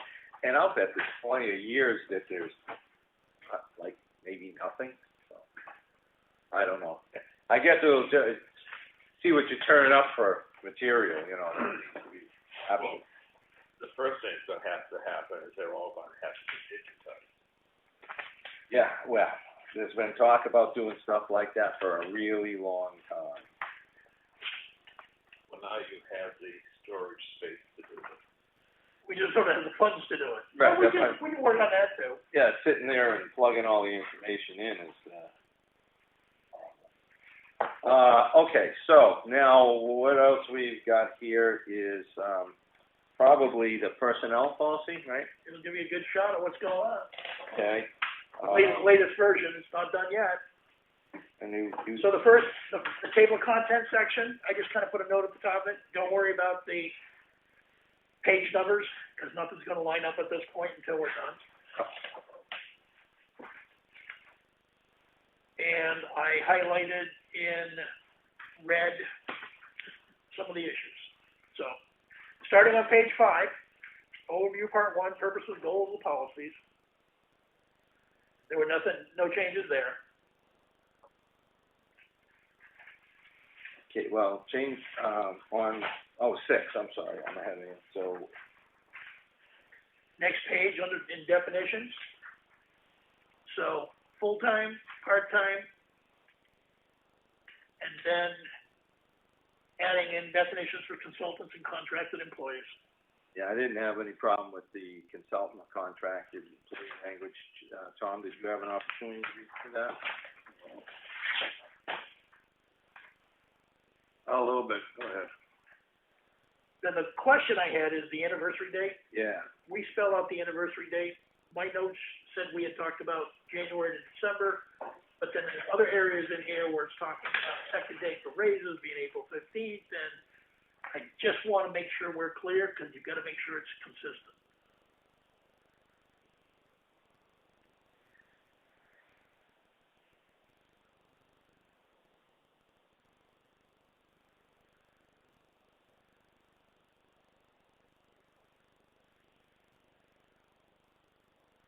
And I guess, you know, as I'm thinking about it, the raises you wouldn't be giving January 1st, because that would be before town meeting. right.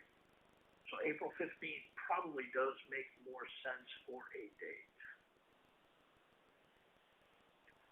Yeah, that's, it's an interesting one because you have the calendar year which we go by, which is January, December, and then town meeting approval. So an anniversary date, We can change the term from an anniversary to something else if it fits both of the criteria of January and April. Or add 2 definitions. I think the anniversary date's probably okay. That used to work for me in the past life as well. And, I mean, I think your seniority goes within the calendar year, and it shall begin to accrue with the anniversary date. All seniors, so that seems to be consistent because that's like a birthday. You know, Yeah. that just is. Yeah. In parentheses, match against January, December, referred to later on. Well, we also say later on anniversary date, and we use the specific terms around wage increases, salary increases. Yeah, I think those are 2 separate things in my mind. An anniversary date is, you know, what, like a birthday, that is. Then we'll change the term later on in the compensation area. Okay, 'cause, We won't use anniversary, we'll use something else. all right, Okay. I think that, no, let's see, pre-employment. Down to 3, you made changes, no, yeah, that's fine. The 2 selectmen on the top. Yeah, I like those. I don't have any problems with 3, Tom? No. All right. On page 7, policies, the probationary period, you know, that was one of those things where 90 days, if, you know, that's kind of a standard, I get that. 120 if you were a 30-day person, but We don't you have start dragging We it out. don't have any, Listed. period. In here, we'd have to develop a paragraph for that, Yeah. which I'm okay, I think it's a good idea. Yeah, I don't have a problem with having it. And I'm good with 90 days unless you want to make it longer. Yeah, I don't have a problem with that. I'm good with My question would be, are those calendar days or like work days? How do you want to quantify it? Because that's probably the rub on that. If somebody's coming in 3 days a week, 90 days becomes a very long. Or why don't we just say 13 weeks rather than 90 days? 13-week probationary period.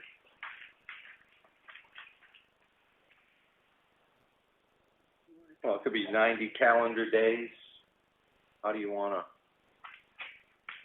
Always calendar days, Is it? it's not work days. Okay, Okay, so so take this one here. Okay, We're gonna leave the put it 90, all one at line, 90 start it over here, probably. calendar. and reduce Yeah. the size of these, so it's the same size as that. All right, yeah, right, you're playing with it so it would fit, okay. Yep. But because you're reducing the font size, it shouldn't do anything else. All right, what about 12 there?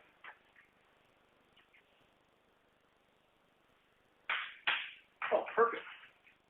Love it.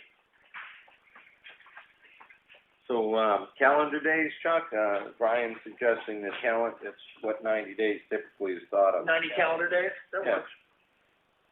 Yeah, that's too hard to track. Yeah, don't want to make things really complicated. Is the day after Thanksgiving a work day? No, work day. Right. Count it, And we just, right, holidays. What about vacation? get away from that. It's calendar days. Okay. So I'm good with that one. I should probably start checking off all of places. Okay, I'll star that one. And I'll come up with language for that.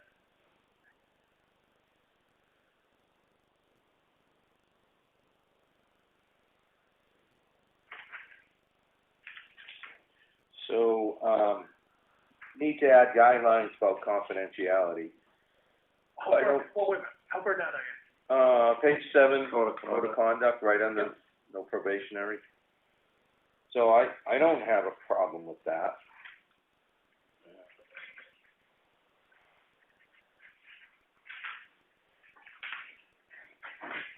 And that's something we can add. There's standard confidentiality clauses. Oh, get a good yeah, that's fence and plug that in there.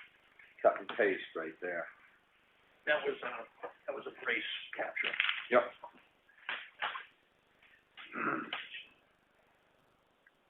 Yeah, I'm good with the compensation change. I think that needs to be done that way, quite frankly.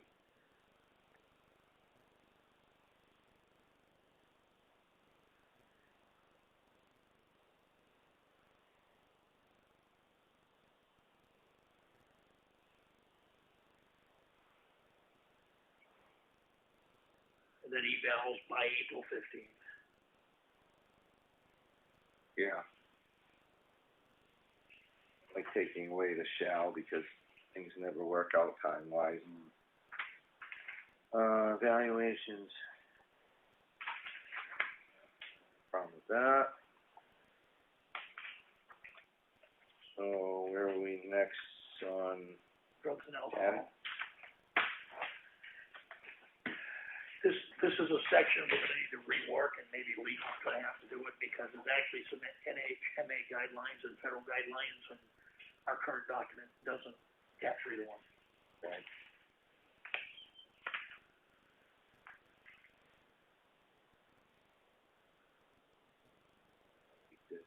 And that can be added later, one would think.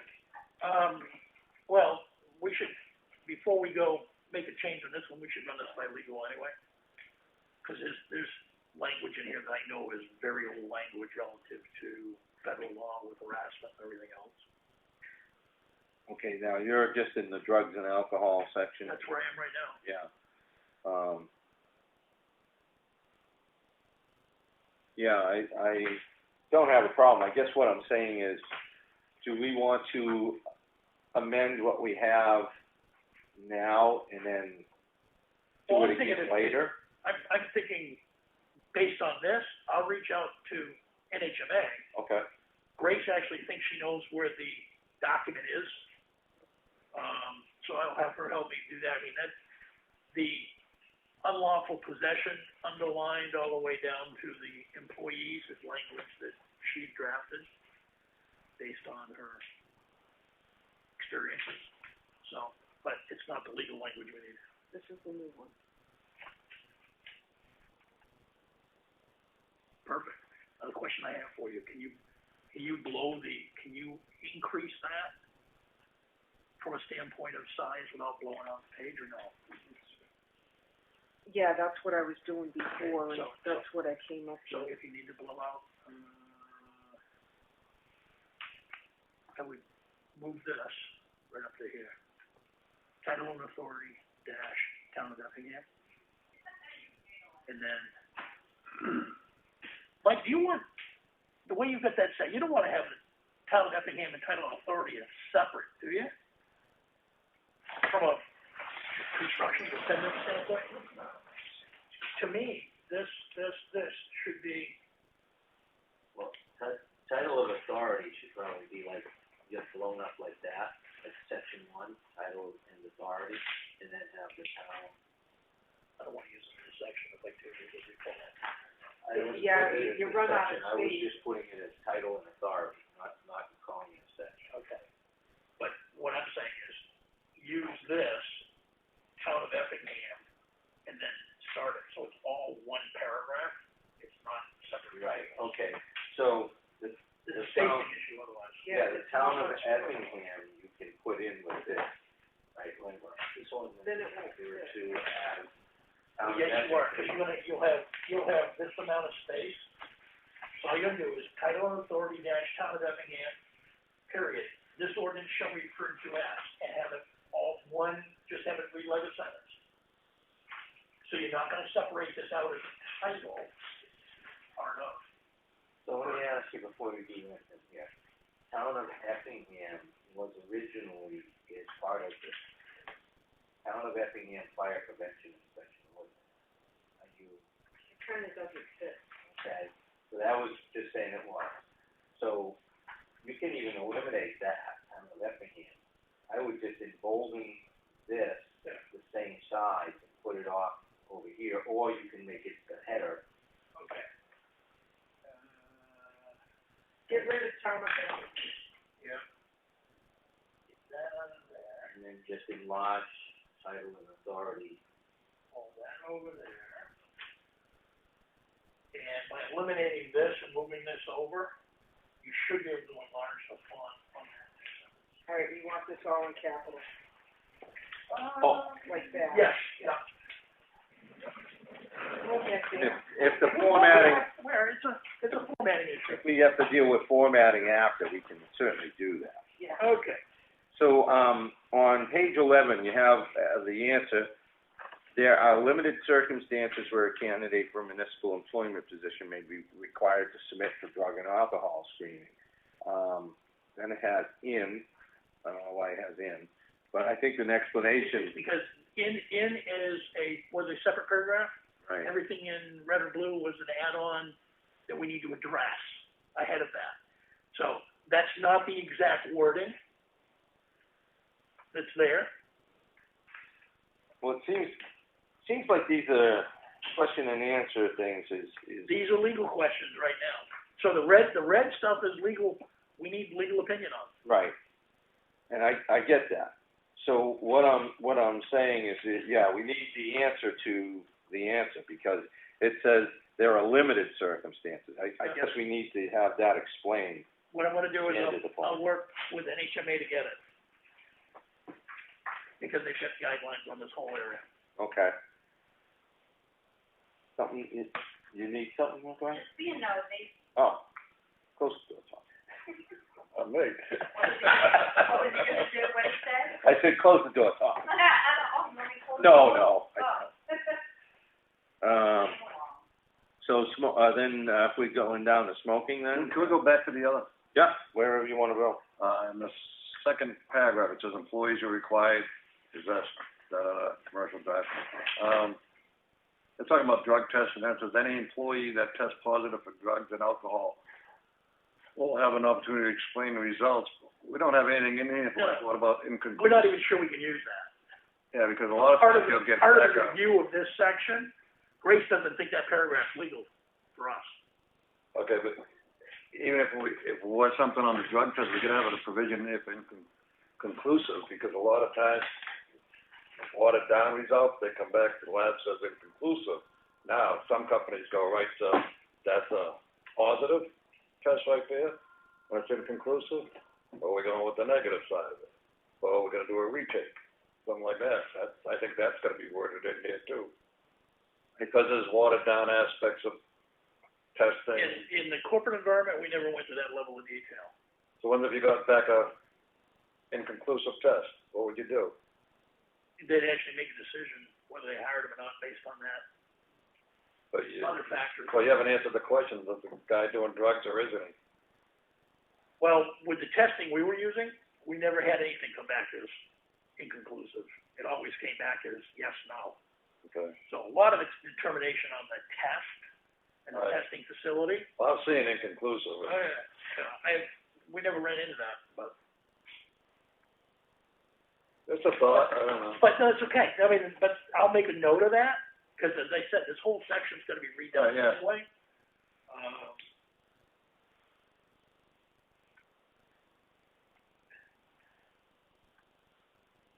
Okay, so I don't have a problem with the smoking. Everything else above is a legal review.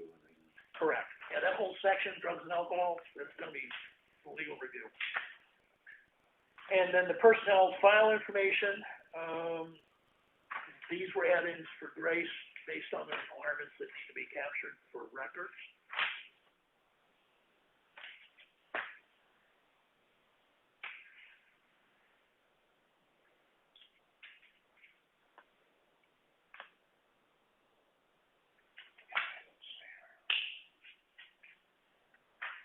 Personnel file.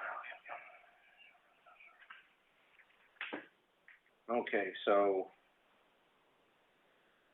outside of the bolden portion, I think where are we outlining retaining specific documents, we're going to note that, is that what Yes. we're going to do? Yep. Here are the documents that are gonna be retained at the time period. Okay. All right. And that next red, The timeframes, excuse me, the timeframes in there came from someplace, right? they're actually part of the law. That's what I figured, that's what we're saying. New Hampshire Administrative Rules 803, okay. All right.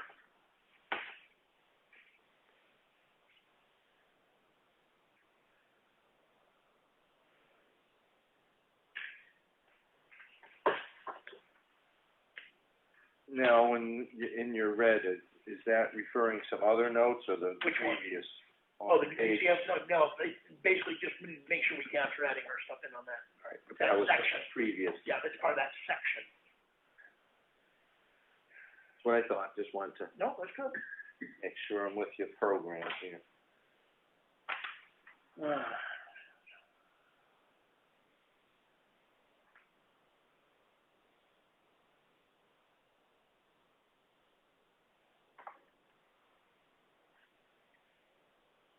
I don't have any problem with the emergency closing.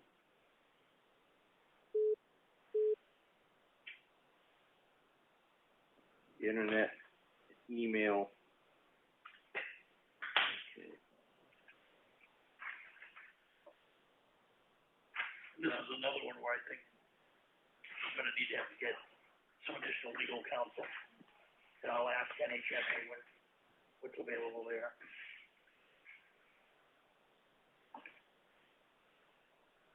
Because we don't have anything around cybersecurity, malware, phishing, password protection, firewalls, antivirus, we've got nothing referenced.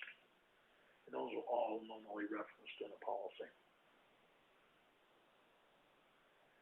And backup, which you can do and can't do relative to USB drive versus hard drive and whatever.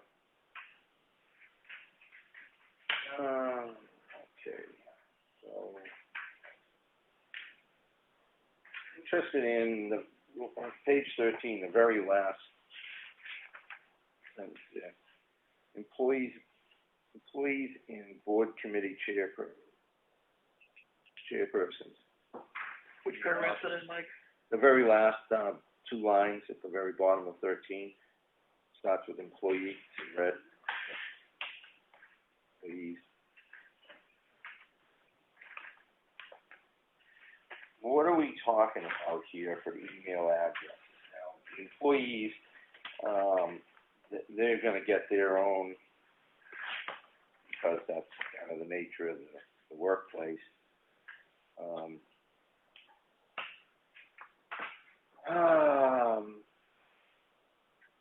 I guess my concern here is around one individual who's used a committee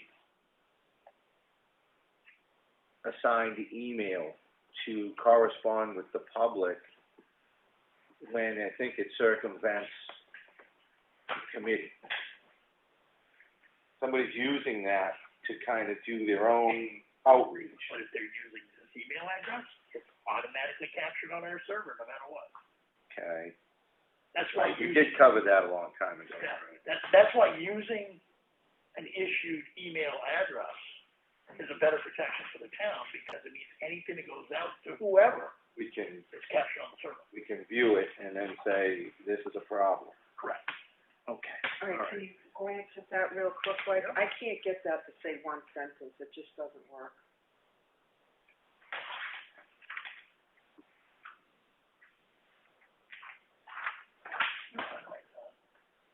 I got rid of town of Effingham. No, that's perfect, I like that. Increase the, All right, just run that by Mike to make sure.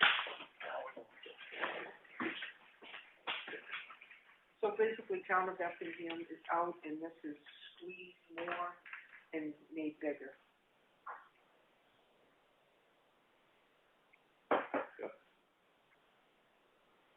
Then we'll just format everything after the fact. But that seems to work for me. All right, everything's still on the same page. Yep. That'll work. All right, so then we're on to page 14. Should I go ahead and make the copy? No, can you give me your other document? The other one, the fire inspection one. Chris, do you have his original one? Yes, you want that? Yeah, so there's something else I'm gonna show you. All right, this page 10. You took that one, is all right.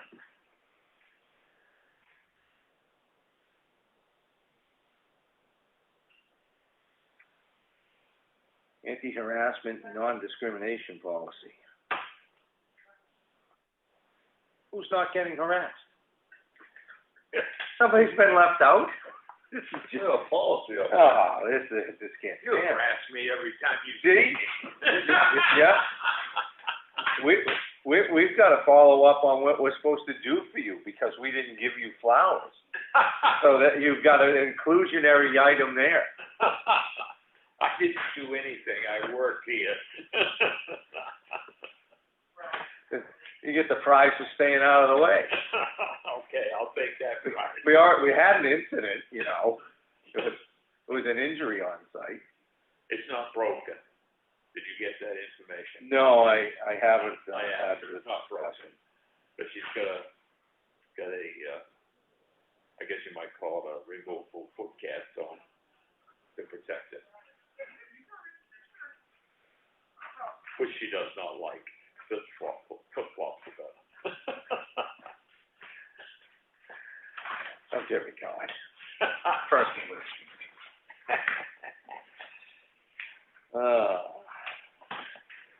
I got a helper at the shop yesterday, you know, so I said, give me a hand doing this. And I looked down, it's like, where's your work boots? Where's your gloves? Well, I didn't come up here to actually do any work.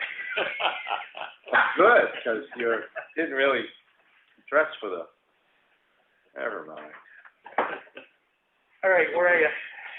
It's actually, where were you? Did you see something you didn't? No, so the part 6 with the harassment and discrimination, I didn't bother to look at any of that, because that needs to be a legal review based on the existing case law, and the laws have been amended over time. This thing, because of the way it started in 07, was revised in, 09, and then really didn't have anything until we did the change on the, benefits last year. A lot of this stuff is completely out of date. So all the way through with the harassment section down to, disciplinary action.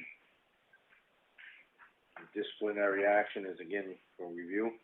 No, that one looks like it's clean. Okay. Grace made a couple of edits in that from, just a pure wording standpoint. Alright.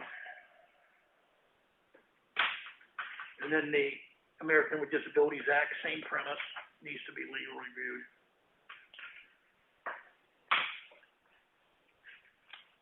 Okay.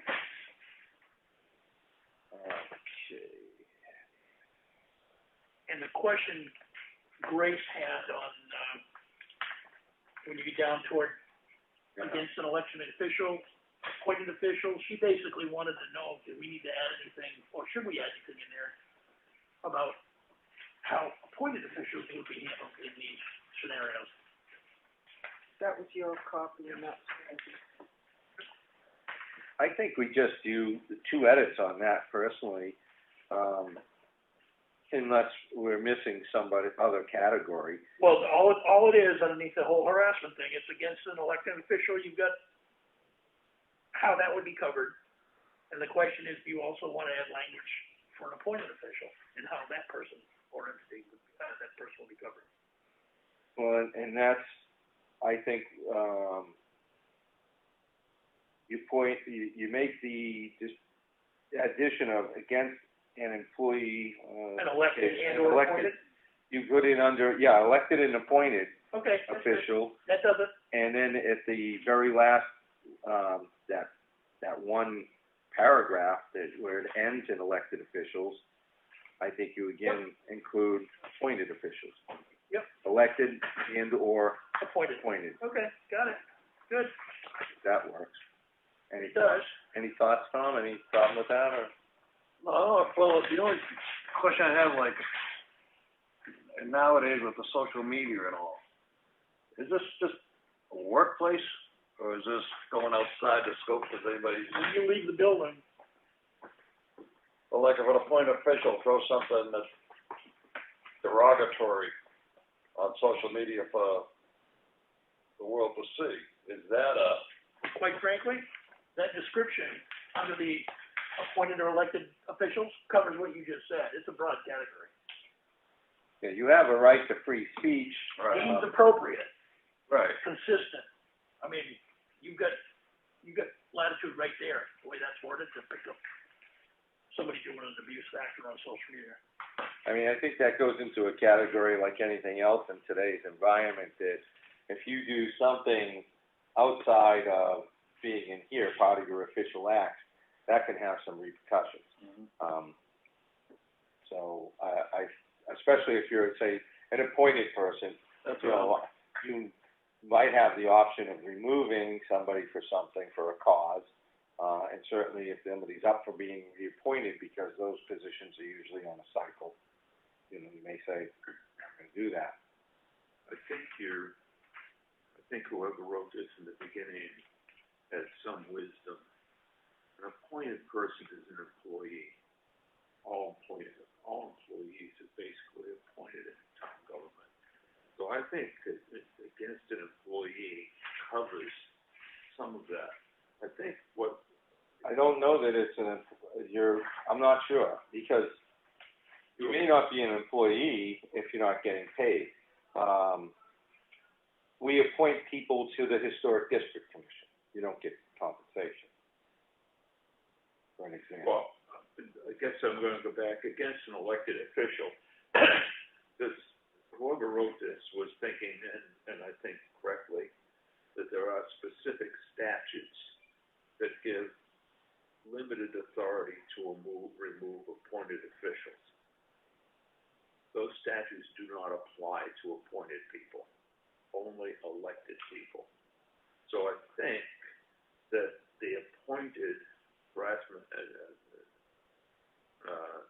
elected official, the Board of Selectmen may discipline an elected official in whatever manner it deems appropriate, consistent with its authority under state law, ordinances, resolutions, or other rules governing discipline of elected officials. Because there are some specific statutes that prevent you from doing certain things with elected officials. And I think that's why that was written as a little subcategory. And that's why I think it works both ways, because any discipline, wherever it says elected and/or appointed officials, has to be consistent with authority under state law. So if there's a difference in how you deal with an appointed versus an elected, it'll be through the statutes that govern it. You don't think that's kind of a universal laws right there to encompass appointed? I do, but if it makes it cleaner, we could do the separate appointed official and use the same clause. Well, that just seems redundant to me, though. Well, no, somebody might not think of it that way, though. It could be a clarity issue for some people. I understand where you're going, I think you should consider dealing with an appointed official the same as an employee. So maybe you just want to add. I think you need to clarify that, though, to find out if you can. Oh, I think you can, because I don't think, I know of no statute that gives different protection to an appointed person not getting paid different than to an appointed person getting paid. Well, why wouldn't we put appointed in, just to cover ourselves anyway? Wouldn't we want to do that? I mean, Say that again. wouldn't we put appointed in there? Don't we want to put appointed, elected, and appointed, though? Just to cover our own butts. Oh, I think you should have appointed people in there. I just don't, my suggestion would be not to mix it up with elected people. all right, let me put this on Because the, there's a severability that's going to go with this, and so if they sever one, you don't want them to sever the other. let me put this on the NHMA question. I'll be Okay. quiet. I'll add that to them when I basically talk to them. I will ask that question.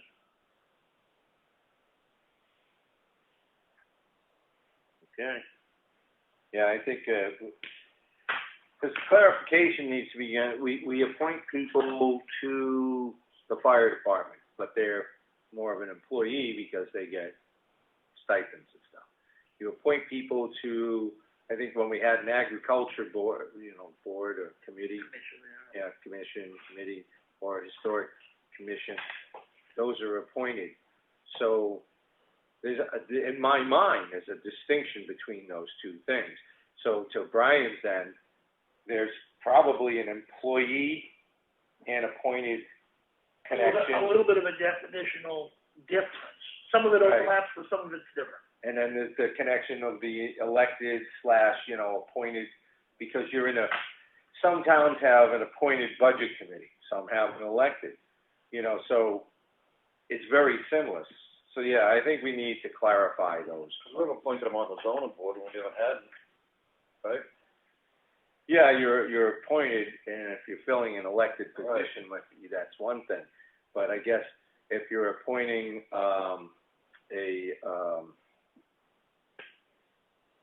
what am I thinking of? The person who's the sixth member of the board, the seventh. Alternate. Thank you, Tom. Having a clog in the brain.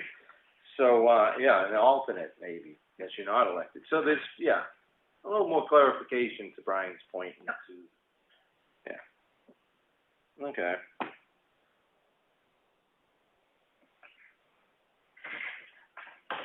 And then the benefits part needs a lot of work. Yeah, I still have my sticking point there with anybody who's not a permanent, a full-time 40-hour-a-week person, expanding vacation time beyond the 2 weeks what we've done, because that's going to involve town votes, budget committee's budget to be presented, and then I think what you're gonna run into is a shortfall of employees to take up the slack if we have people out of the office to, you know, that extra amount of time, or any other position for that matter. So that gets complicated on a level I think is beyond our ability to just make policy here. Well, and that's where a grid, a visual grid, would actually show that. Didn't you make one of those? I haven't made a grid, no, but it's not that difficult to do, because Grace and I were talking about it last night. I just didn't have time to do it at 10 o'clock, so. So limit the part-time to the same scenario as the under 9 definition. Can I please throw a little bit of information in here, so when you're trying to figure this out, the vacation time will be calculated on a number of hours worked in a normal work week for the job position. I think you ought to talk about the number of hours budgeted. Yeah, I was thinking that too. Because it becomes, and you also have to think about what happens with people that work 2 separate jobs. Now, I'm thinking of Bradley Stewart. He shovels snow and he works at his transfer station. He's covered under contract with shoveling snow. He's paid as an employee to shovel snow. Interesting, because he's actually got a contract. Well, that's not the way it was paid when I came, and I've continued to pay it the same Okay. way. Let's look into that on a So separate. I'm just, you know, Yeah, that's good. 'cause I already know that is gonna raise its ugly head. Yep, that's, should be contracted out, because you get 2 different hourly wages and everything. Yeah. Now, when you do that, you create a real nightmare for your bookkeeper, because now you have to keep track of them as 2 separate employees. One that's a 1099 and one that's a hourly employee. QuickBooks does not allow for that, I've discovered, because if you try to put him in, if he's in as an employee and you try to put him in as a contractor, it will tell you already have this person as an employee and it won't let you do it. So now you have to put a period in his name or something else and make them 2 different people, and remember that, so it becomes a real nightmare issue trying to keep track of the payroll. He submits a separate time card for shoveling and that kind of stuff than he does from the transfer station, right? He does a separate time card, yes, but it's paid on the same, he's paid one rate as the transfer station, and he's paid a second rate as the shoveler. Yeah, we should try to separate that out a little into this. Yeah. And then if we have to have them come in and sign some kind of an agreement, we'll do that. Well, I'm Yeah, just saying, he actually gave me a copy of what he had, and it could be basically modified a little bit, and it could be up to date. I'm just, you know, I just know that the question has already been raised. And it didn't come from him. He was not it came because he raised an issue, but it didn't come from him. He raised a different issue, and then someone else in the office raised it. Well, I think it clarifies a lot of things, separating them out. Yeah. But I do wanna make sure you can do it, but I ran into that nightmare trying to pay the police for their COVID-19 stipend and try to make it so I do it with a regular payroll. Can't do it. QuickBooks will not allow it to happen. Well, we need to, we can't have QuickBooks dictate this, we need to separate it out, because it would go to vacation time or anything else, you know. Well, you can make it, but then you've got the person doing the bookkeeping has to remember every time that you got 2 different employees with the same name. Yep. And it's gonna print out in 2 separate checks. Yep. Yep, which is, I'm okay with that. Okay, I like the budgeted piece, I like that, got that. So in the grid, for part-time, we'll keep it without the additional over 10 years, over 15 years, everything will be consistent forever and part-time. And we'll get rid of a lot of the verbiage and the examples and whatever, the way they're written in there, because the graphic will take care of it. So,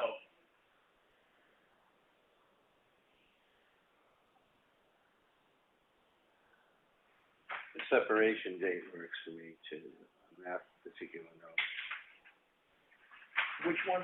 We're down? It's, if you get the holidays on 20, just go up to the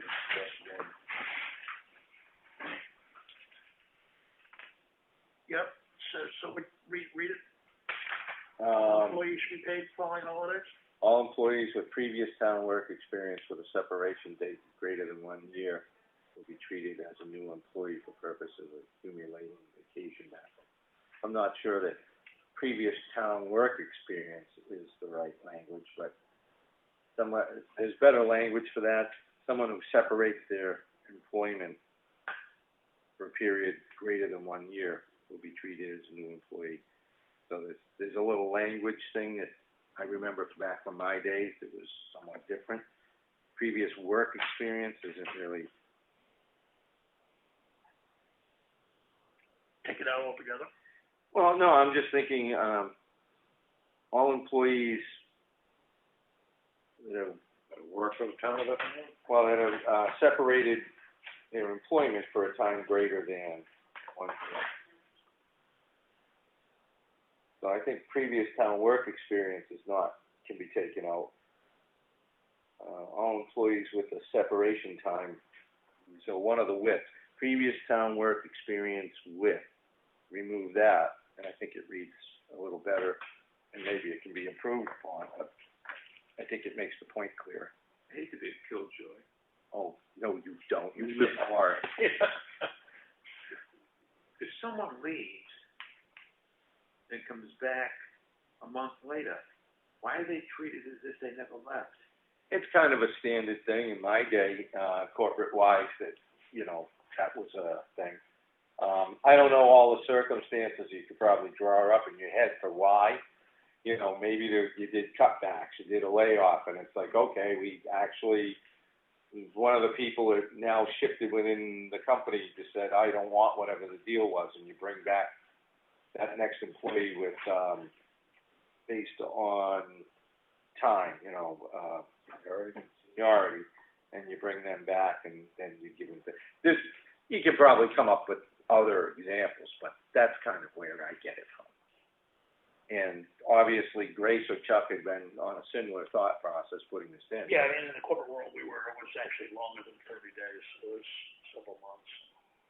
Yeah. On mine, I remember being, last place I worked was a year. So if they brought you back for whatever reason.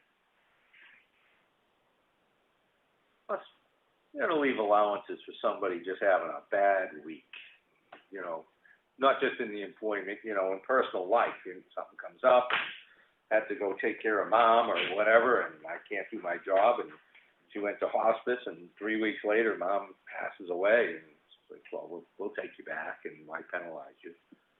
But like I said, I'm sure it can come up with a lot of scenarios. Verify if legal, if any employee must work on one of the mentioned. Yeah, take another day off business, huh? Well, we know we can't do it with the police department, so if we decide to keep this and it's legal, we're gonna need to reword it anyway. Grace doesn't think it's legal anymore. Well, technically, You get paid time and a half. if you give a number of employees the day off with pay, that you require the police to work, that's what time and a half. Well, yeah, on a holiday, Or snow days. Snow days used to drive me nuts. The town of Lee would declare a snow day, and everybody would have the day off except the cops. And then they'd try to pay the cops straight time. Can't do that. Time and a half, because you declared a holiday for everybody else. okay, we just say one person can never be, we just have to make the requirement that one person can never be off that day? I understand what you're saying, though. I understand. Yeah, well, but this paragraph as worded may not fly. Yeah, the normal compensation rate doesn't seem to make sense to me. That's the problem I would see in there, And when because you- usually get time and a half or something. When you put your holidays in, they used to, this other policy said a half day, Christmas Eve day. Now you're giving a whole day on it. No, when I went back and relooked at previous versions of it, there was no half day. Yeah, there should be a half day. Okay. Because we're not going over to the transfer station for 3 hours. I'll look at it after we're done, but I think it says half day. No, the version you had said half day. Oh, okay. The previous version that we had did not have that in there. Well, the version I had Is not the version that I was given. is the one that I give out now.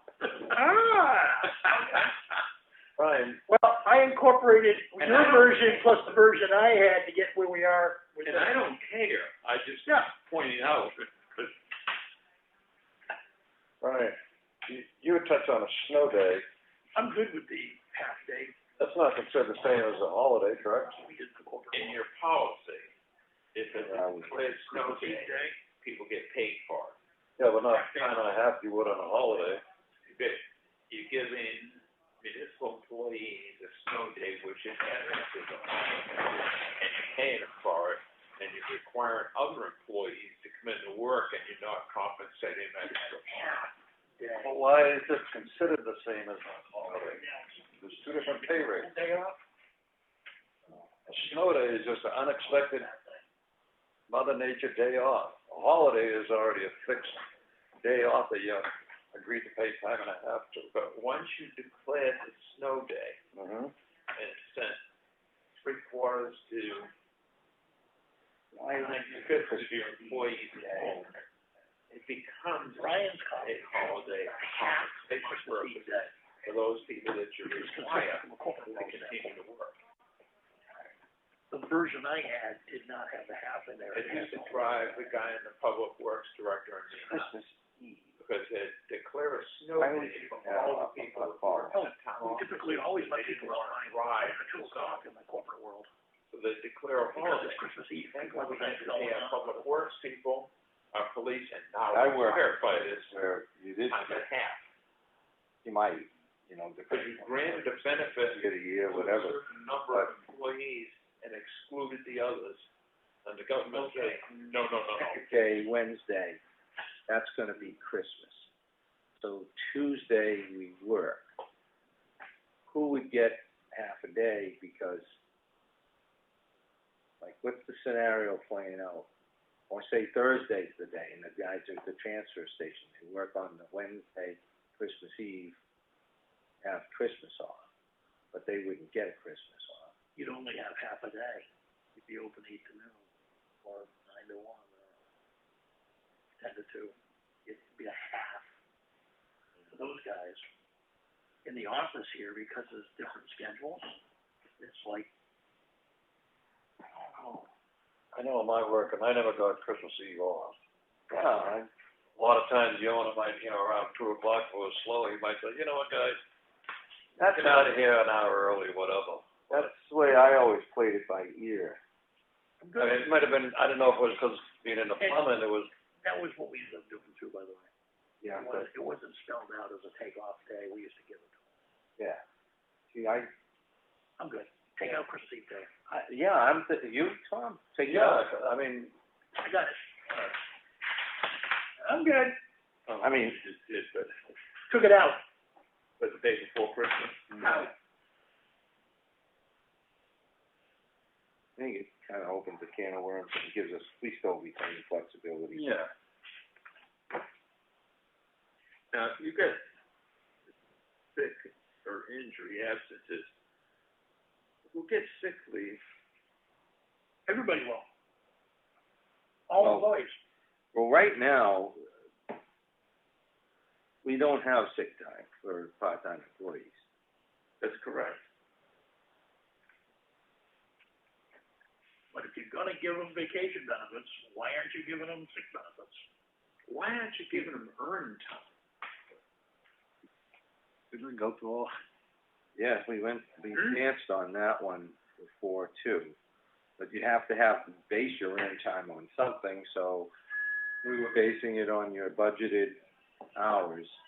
And I don't care, I have not given anybody. Yeah, the sick time is as a non-starter. It's not the current policy for part-timers. It's not a current policy, so you're right, you haven't done anything to this. Okay, all right. It's not, this is all new. Yeah, so.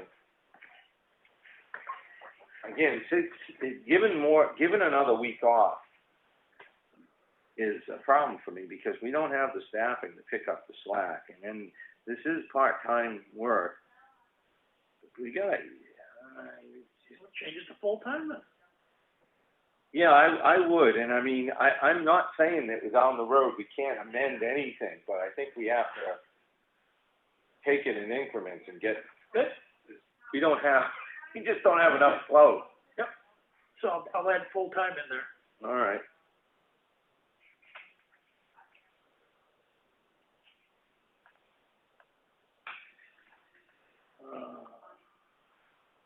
Then I made a change on the compensation for sick time not used. Don't get it. You get accumulated vacation time, you do not get Right.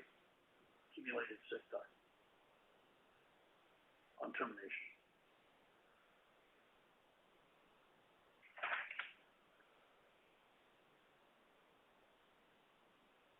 Can work with that.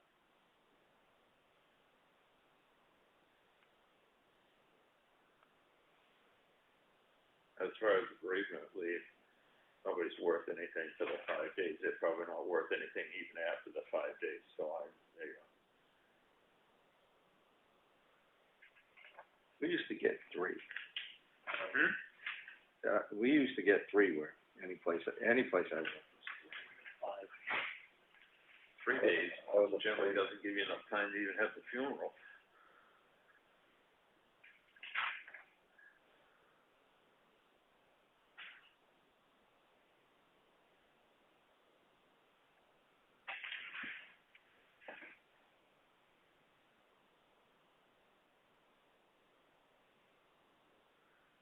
And we could actually change that to, granted by the, Yeah. granted by approval of the Board of Selectmen and just take the days out of there. Would you, Do an approval by the Board of Selectmen and just take the days out of there. You don't think we need to have some sort of number in there though? I do. Yeah. Yeah, I'm more comfortable now. I don't have a hard and fast on this. I think I probably want to think about it. I mean, I always got 3, but I see what a 5 would be after having just recently gone through it. When you've gone through it, Yeah. you understand the 3 is not cutting it. No, because you're taking a day just to wrap your head around what's gotta be done. Correct. did you actually have the funeral within 3 days from date of death? No, couldn't.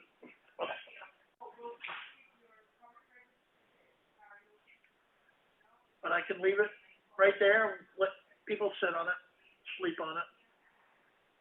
Well, you have to, you have the up to 3 days, listed, so you have to change your numbering, the written number. Yep.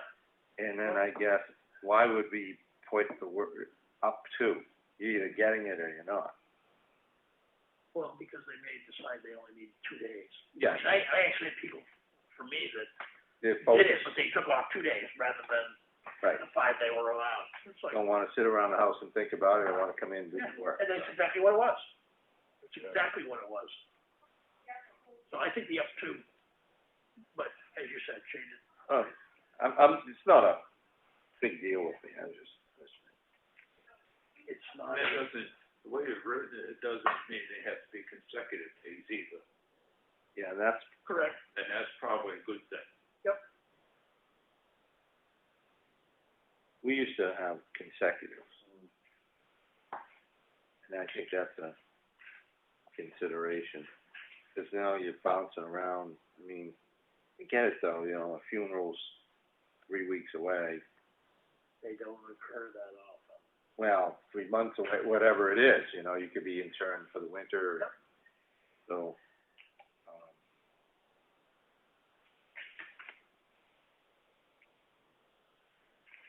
yes, that one's gonna take a little, That's what I just did. revisit. Mike, sleep on it. That's the note I made.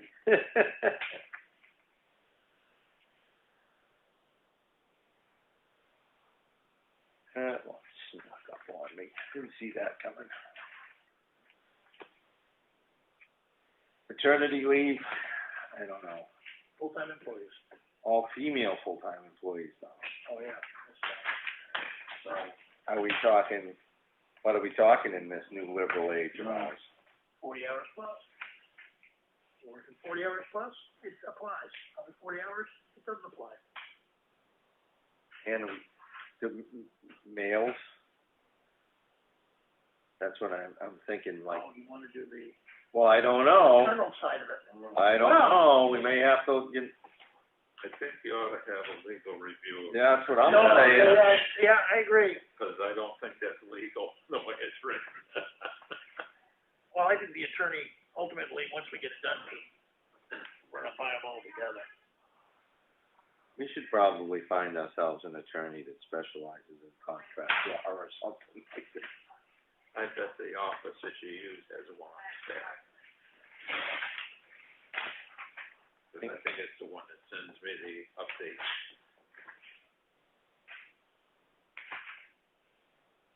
Okay. Legal review, noted. Fraternity language, noted.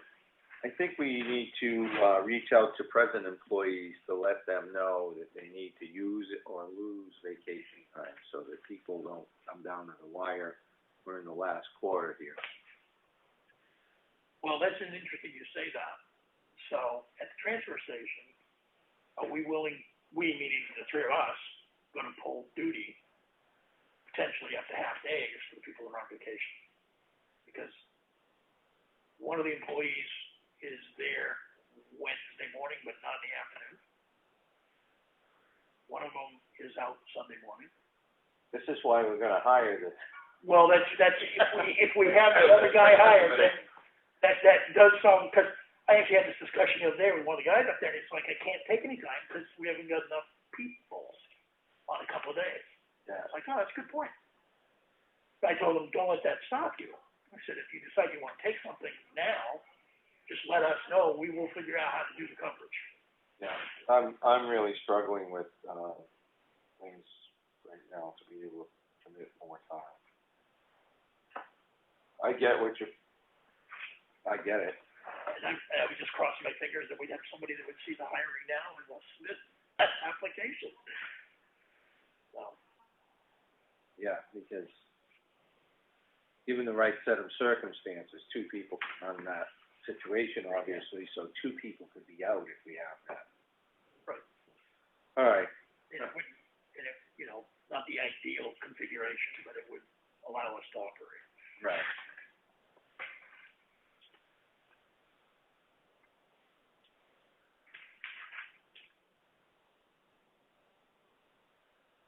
And I didn't touch the workers' compensation, but that should eventually be part of the legal review.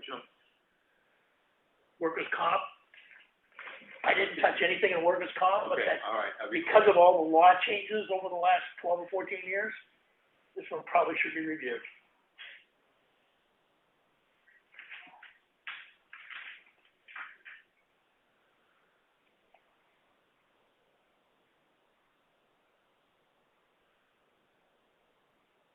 We down to insurance? You here. Go right ahead. So the language that was before and after March meeting, grandfather coverage, all that's all gone because nobody else qualified for it, so I took the language out. Claudia and, Mr. Butts were the last two that qualified for that, having retired in both cases. Where are you? Insurance. Yeah, look, well, that needs to be reworked, because You say full-time employee may participate, but you're about to hire a part-time employee that is participating.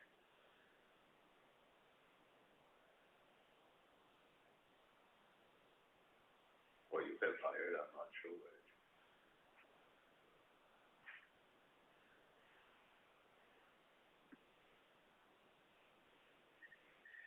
Or we could put in, full-time employees or, employees negotiated by contract or something like that. That means you gotta develop a contract every time you do that. And I'm not opposed to that, but Full-time hourly employees? No, that's full, under definition, 40 hours a week because is full-time. the one you just hired is not, Right. Yeah, but she's under contract, right? She's not a contracted worker, not an hourly. I haven't seen a contract, have you? No, it's not on the contract, and it would be, she wouldn't be a contracted worker unless, there's gotta be an agreement language then.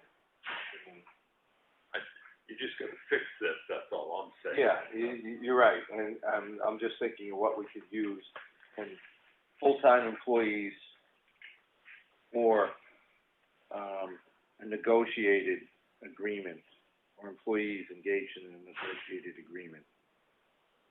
Something simple like that. So we'll add that to the full-time definition, full-time employee definition. Yeah. We'll need to get legal language for that to make sure we are covered, we don't step on a landmine.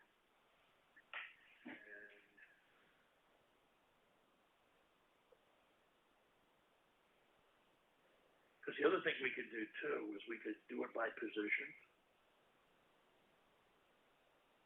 I don't think you wanna change the definition of a full-time employee, Chuck. No, I don't think that's what he was saying, right? Oh, okay. If you're putting in a negotiated, employee with a negotiated agreement or something. Yeah, negotiated before employment, right? Otherwise you get people come, well, I wanna negotiate mine. Yeah, that's what I wanna get rid of. I'm almost thinking, what we need to do from a legal opinion standpoint is ask, how do we do it? Can we do it by the number of hours, or do we need to separate it by definition by naming a position? So if you're that position, you get that benefit. Right. That's how we used to do it. Another way of doing it. But I think it needs to be a legal review.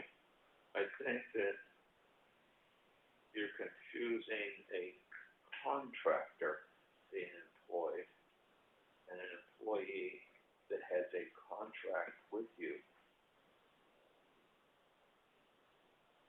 That's what I think, that because you did a police chief, he was not a contractor. Right. He just had a contract with you. So I think what you wanna do, and I'd have to think about just how to write it,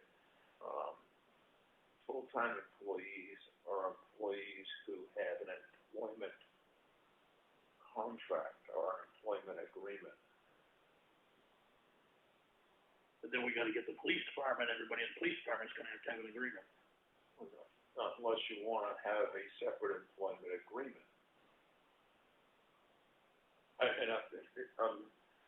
The wording isn't perfect, it needs to have some help, but what you're doing is you're not contracting Audrey. Right. You're a contractor. You're developing an employment contract with her that moves it outside the personnel policy. And what I'm saying is if you name the position, you do the exact same thing. You take a position, well, You name the position, all full-time employees, and the position of town administrator. you could do that.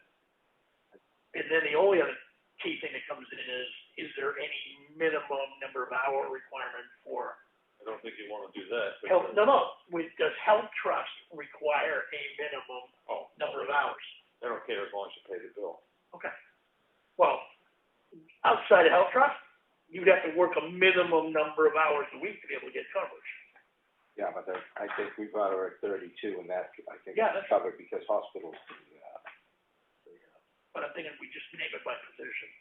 Well, you could name it by position, or Brian, what he's going down the road of gives greater flexibility. Not that I can describe what that other position or what somebody would do, but if we had something that we could do at will, you're an at-will employee, same as always, but we could put a contract stipulation in, for an agreement here for vacation.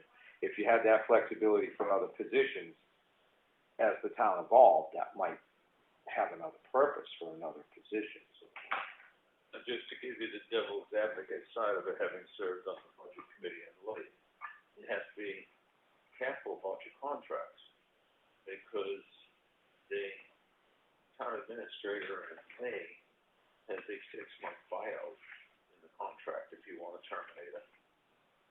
Now that creates all kinds of new problems, because the auditor now is going to make you have put aside that money every year. So, Yeah, the thing we were cited on for the last 3 years in our CPA audit. well, because we had the police department, there wasn't funding Well, we had for Claudia. 90 days.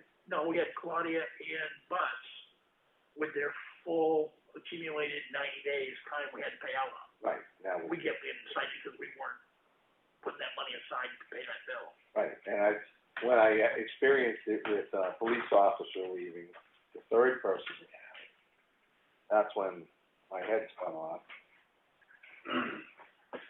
And I brought it to the attention of one of our presently serving budget committee members.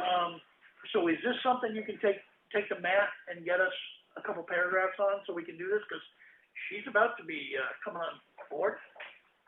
Yeah, This probably is not gonna be done before she's on board. no, we get her on that, but, yeah, I guess we can, right.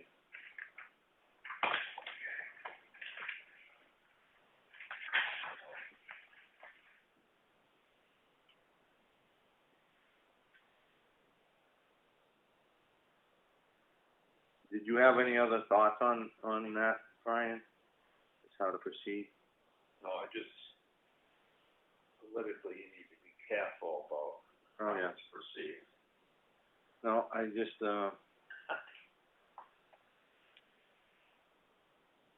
I didn't know if you had some insight as to what would work as you were explaining your. Well, I don't know what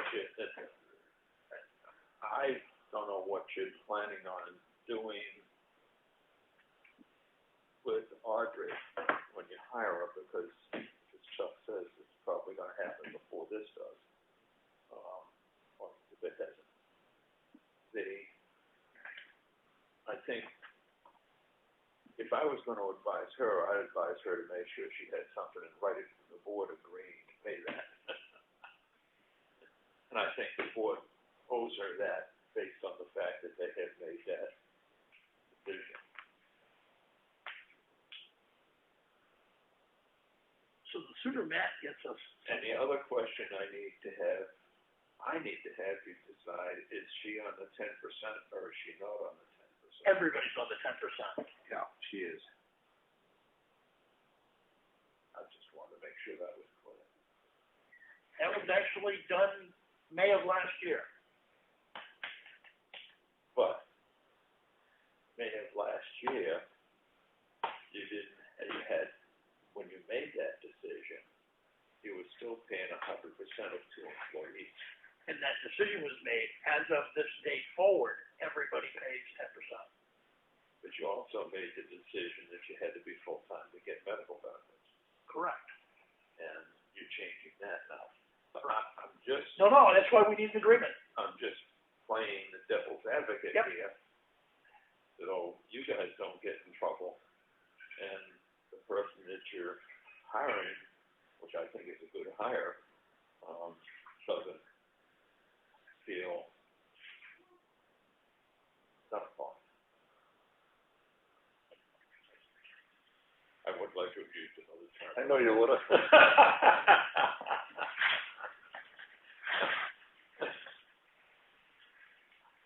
All right.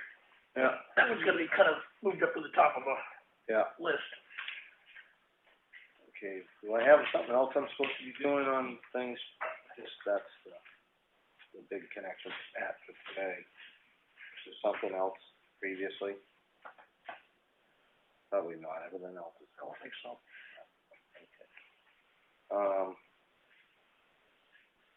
What's the 3% again? That was in the old contract. So if health trust goes up X percent, you can't go up by more than 3%? No, I think this was the contribution rate. If we decided 10% wasn't enough, we wanted to increase it, we can only increase it by 3%. Well, Up to 3%.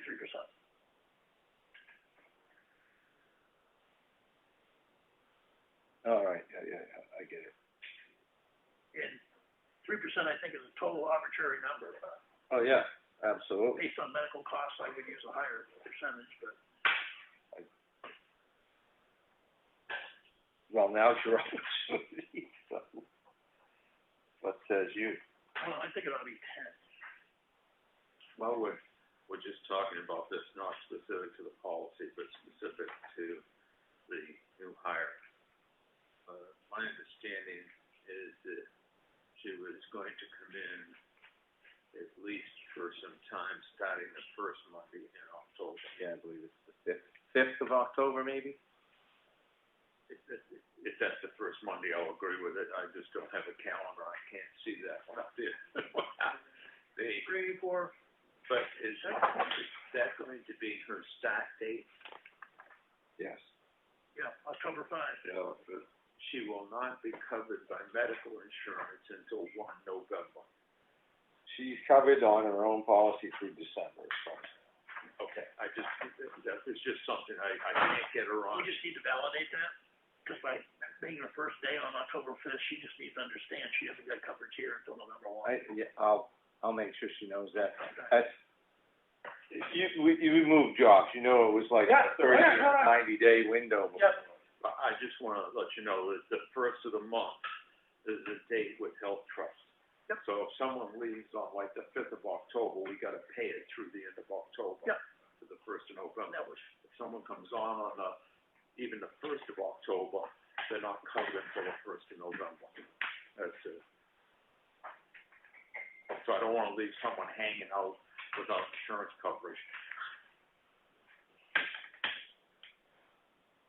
Yep, no, that's good.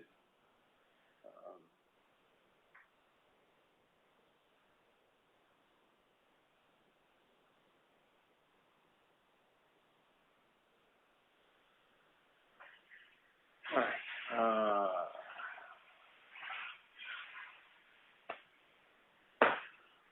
where are we? Change 3% to 5%. I'm fine with it. Anybody else? On what? The insurance Contribution rate, max per year increase.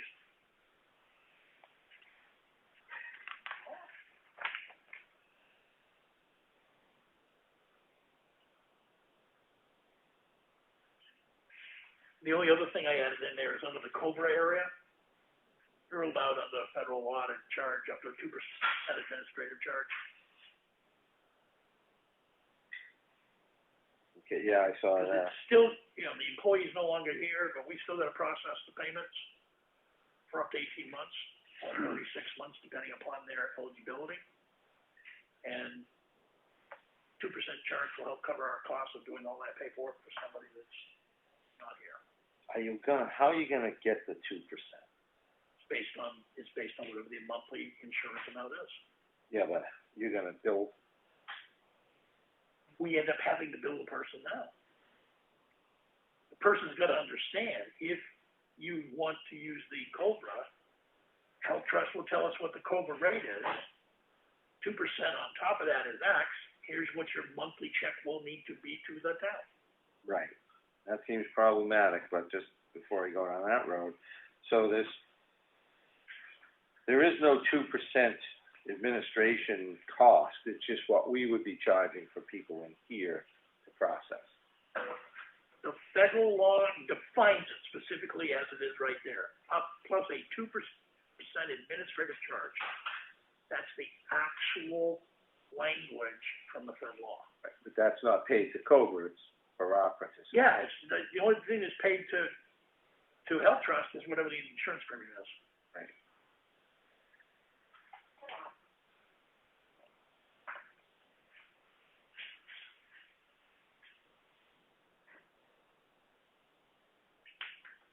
And all the other language is the language that's in there already. I mean, I don't have a problem with it, I just think it's gonna be difficult to get money, go after someone for it. It comes in as one check. You either pay your medical premiums with the 2%, or you don't, in which case you don't have coverage. Well, they submit the check here. The check gets sent here, not to Health Trust. When somebody leaves and they've continued, it goes through here. If they're on a COBRA, Yeah, we will get the bill for the COBRA. right, So the bill comes, the check comes to us and we pay the COBRA. correct.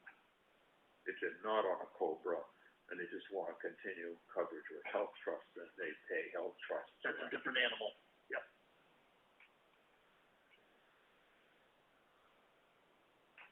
So, it doesn't say specifically the COBRA here. Well, I'll have to go back into the, Is we charging them 2% even for Health Trust? let me go in and check what the RSA is that's referenced there. Because Claudia did not go on the COBRA, and she had to fill out the direct deposit. Yeah. COBRA has to come through the employer. Okay. So, but I'll check that reference to the RSA, and again, as part of legal review, I'm sure this will be an area when they start looking at everything, there's gonna be stuff they find that we don't think is an issue.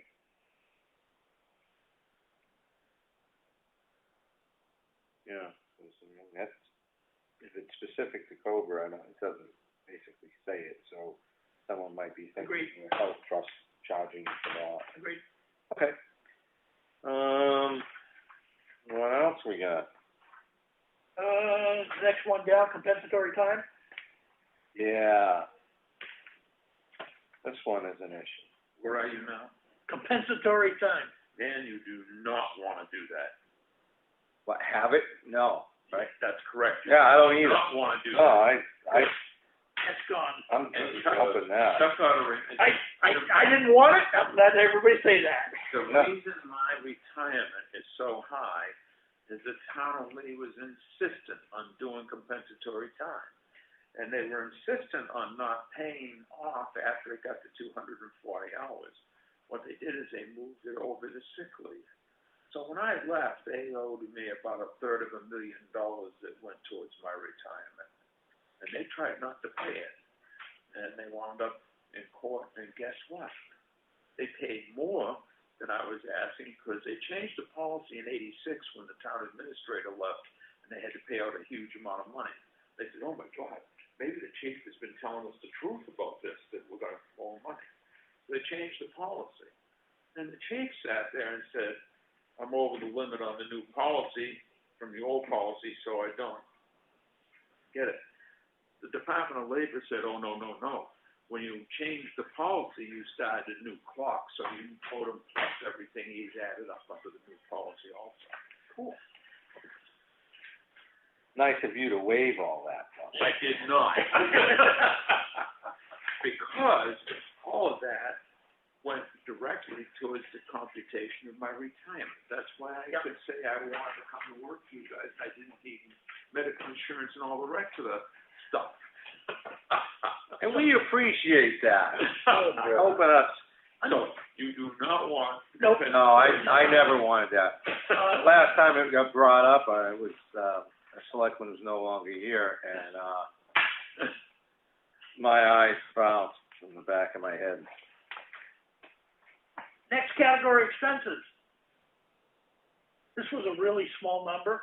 I increased it to 200, but we can put any number we want in there. I think that's a good number because I did some state RSA with, $200 in it for like, if you, it's either dealing with a contract or receiving something, from the town that's in excess of $200 is a problem. So $200 is a good cap. So if something ever gets missed or anything, somebody comes back and says, "Oh, you profited, you know, $200 or $199," maybe it's. Well, I'm gonna say, if most of the statute governing it, I think that you guys violate that a couple times a year, at least it's illegal. Because he bought computers on his credit card. Well, yeah, Right. we've agreed as a board, Right. yeah, go purchase. So yes, I have done it, but with board approval. Right, we put our monies out for the good of the town to make a. Then we want to make sure that that agreement appears in minutes. If you're gonna adopt this, I wanna protect the three of you, because quite frankly, I can tell you, Chuck, there was never anything in the minutes that approved you spending the money for that computer. Well, we could. We could try and get things in the minutes, and occasionally things won't get captured, or maybe something is done with some kind of an emergency expense or whatever. I could see where this could go afoul, but the last things right after related expenses up to $200, it says without prior approval. So essentially everything we did had an approval. But yeah, I think you're right, there may have been some We should have things had it there. in the minutes. Yeah, there's probably, And I just wanna, Yeah, no, this that's cool. is not a bad thing. no, it's not. But I know what you're saying, you wanna, it's CYA. Yeah. And, yeah, so. And I mean. Because it's all approved, but sometimes it comes after the fact in writing, and that's in the manifest. Right. And I mean, this is basically, I think that what I'm seeing here is pretty much something that somebody would be doing on a discretionary basis because something had to be done. We needed whatever, and somebody runs out and takes care of it. That's In kind of that case, why. the person running out ought to be the person sitting in my position, and they ought to be running out with the municipal credit card. Right, and I'm sure this is looking at that, you know, very few things in life don't have exceptions. So I'm thinking this is probably one of those things where. I just want to protect you guys. No, that's point taken. But I think putting the dollar amount in there is that's not new language, right? The language is not, the dollar figure is. Right, so on that. I think it used to be $50. Yeah, well, so when this was adopted originally, what, 2007? Yeah. Well, that was when it was amended, not when it was adopted. No, it's 2007, 2005 it was adopted? No, so it was a long time ago.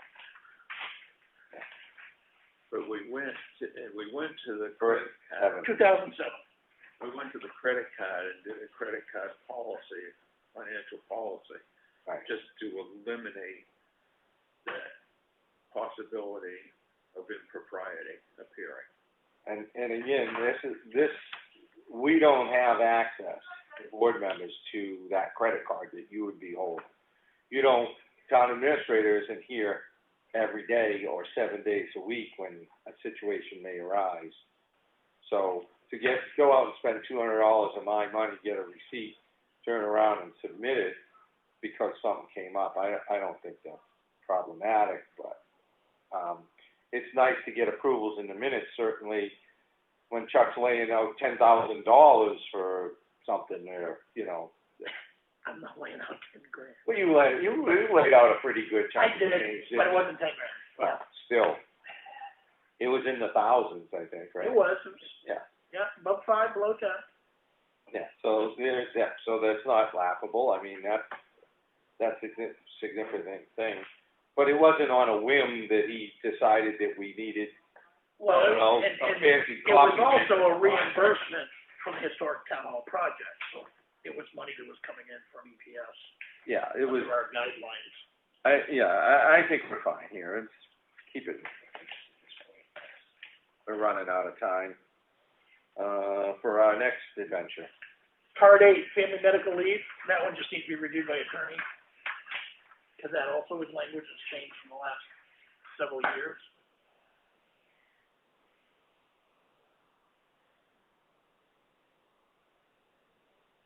All right.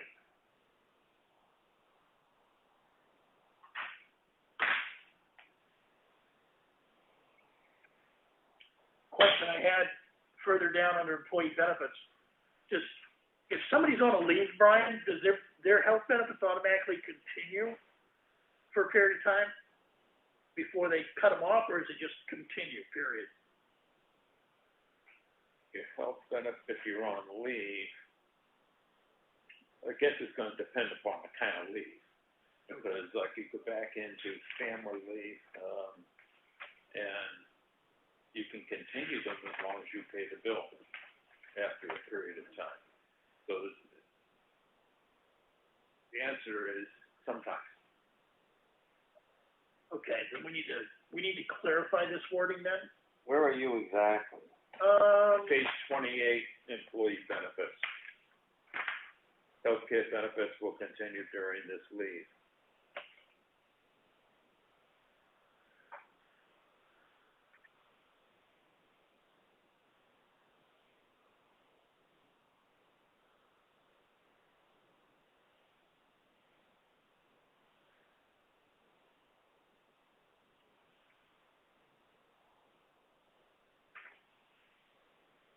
We just need to make sure we have the right language that is how our benefit plan is managed. Yeah, I would think from, insurance benefits, I think you'd be covered if you were on leave. Yeah, so- Well, this is underneath the title family medical leave, family and medical leave. Can we go back to the beginning of the family medical? You can Yeah, do 'cause that. I have a 12, yeah. Go ahead. The first paragraph says employees who have worked for the town a minimum of 1 year, have worked 1250 hours or more than 12 months, and work at a site where 50 or more employees are employed by the town, or within 75 miles of that work site, are eligible for family and medical leave. In the next paragraph, it says leave eligibility, up to 12. It doesn't say anything about having 50 people or more employees. The 50 criteria is for everything in that paragraph. That's why it's worded up front. So, family and medical leave for us doesn't even come into play. Yeah. But it's normally included in all personnel policies because it is a federal law. But because we don't have 50 employees, it doesn't apply.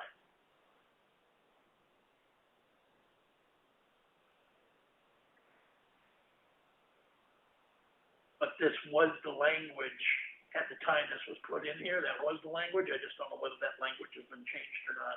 Someone basically cut and pasted the federal requirement. I'm hoping.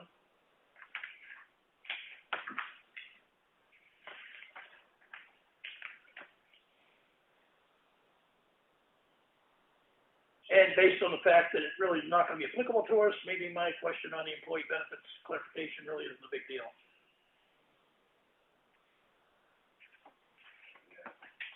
I mean, it did have down here 12-week leave period, your family medical leave will run concurrent with other types of leave.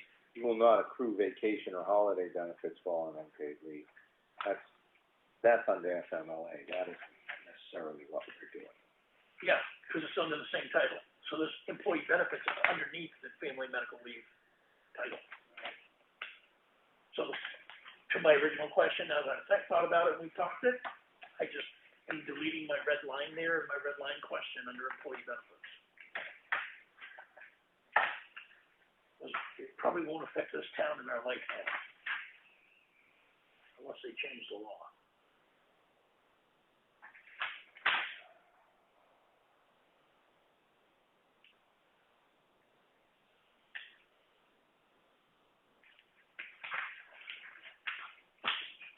nine.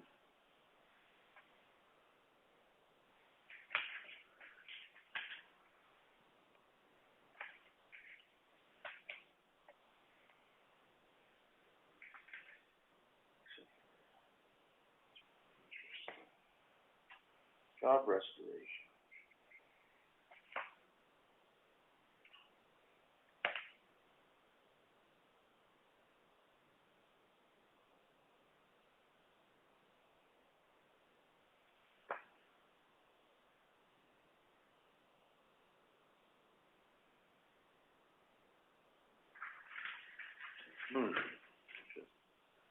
Okay. Which part you want to? Oh, it's just a little light reading under there under the restoration, and, you know, an employee will be notified if she is a key employee when requesting leave. It's just kind of interesting paragraph. Not that there's a problem. Excuse me, should I go ahead and make these updated copies in case people show up? We need to have some ready.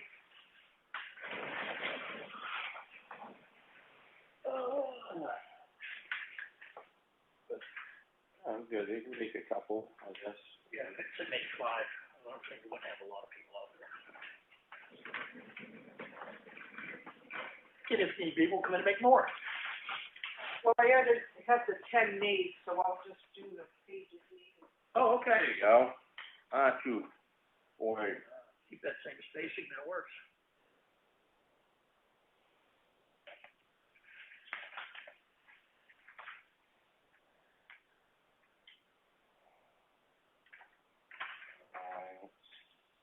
Safety stuff looked pretty standard.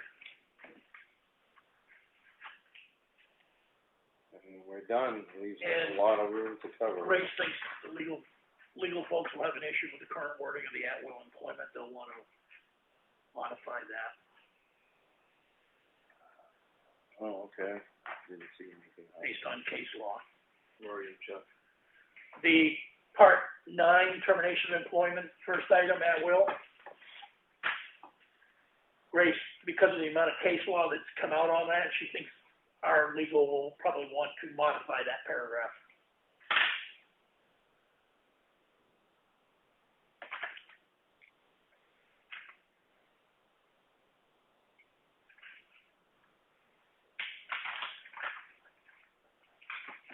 So for next week, I will work on the updated grid.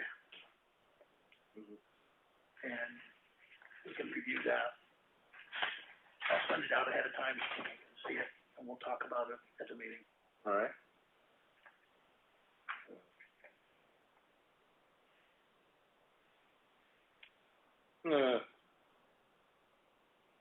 Like this has ever Which one you exit.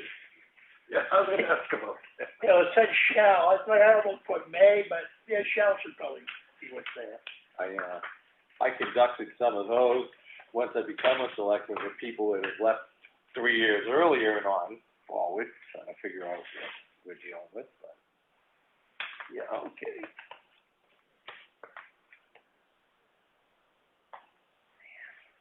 What else? Yeah, we had the oil contract done, so,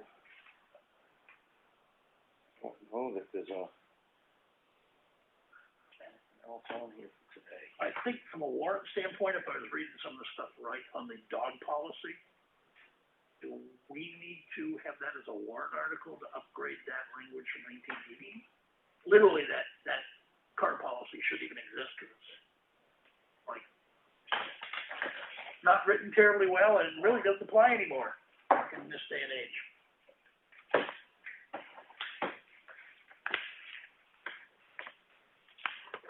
Actually, I think it is contrary to statute. That is it.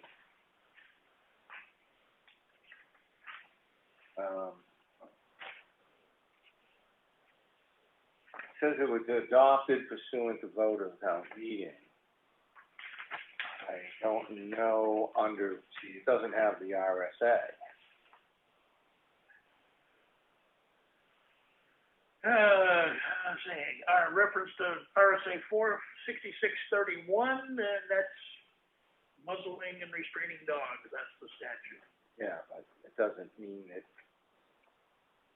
I can't, without going back to my notes, the statute says you can adopt that as a town, as long as you adopt it as, with the words of the statute.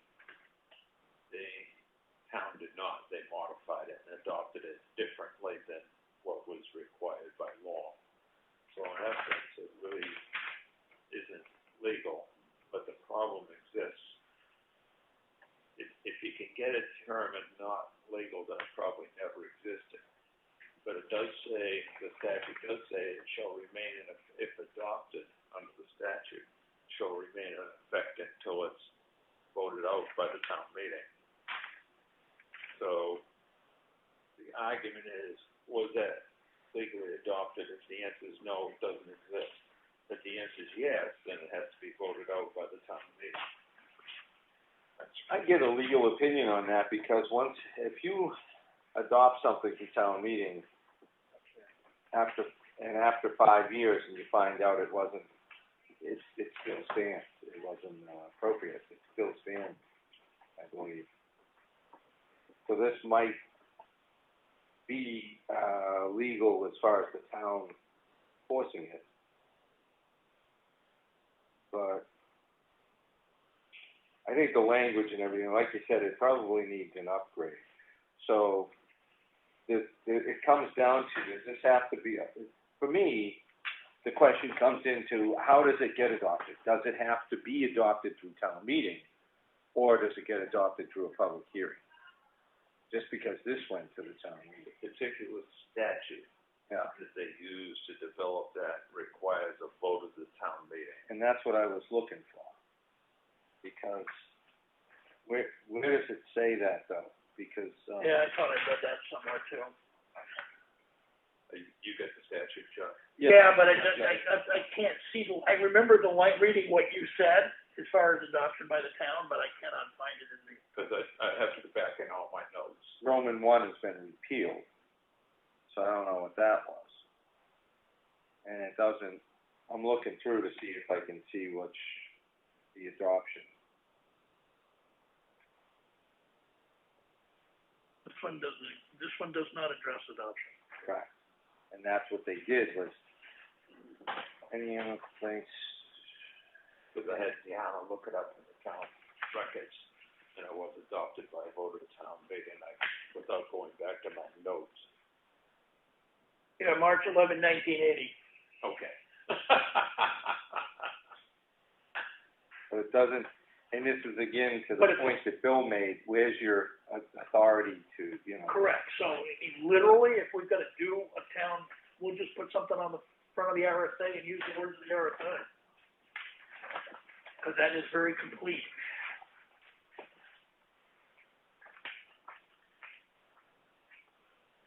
Town meeting will be here before you know it.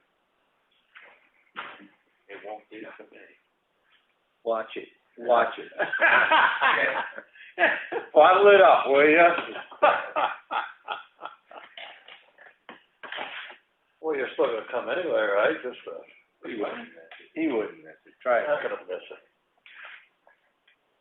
Circumstances may be such that he's here anyway, so just. I doubt it.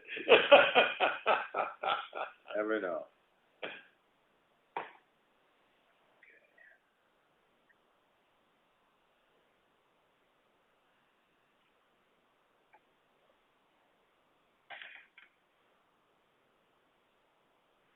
Did I give each of you the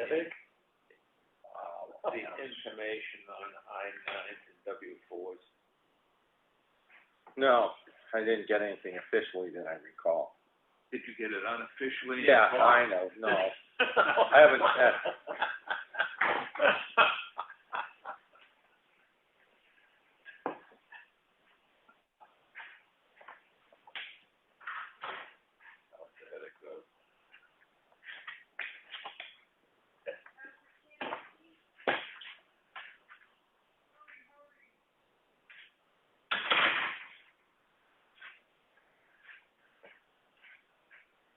say it's time to upgrade the dog, ordinance based on everything going on.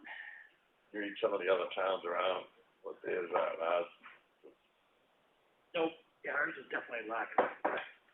But if we adopted this one, if we adopted it, basically that would provide us everything we need.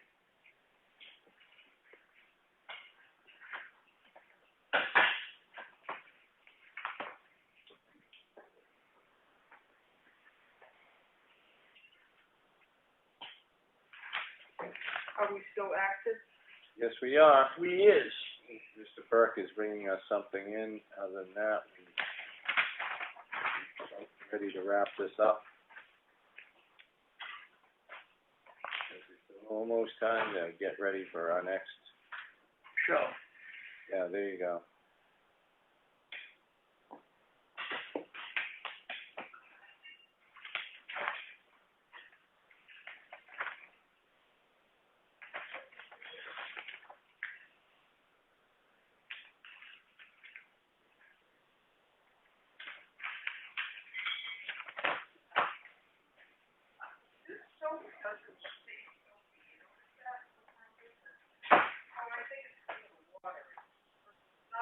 Oh, yeah, our copy water.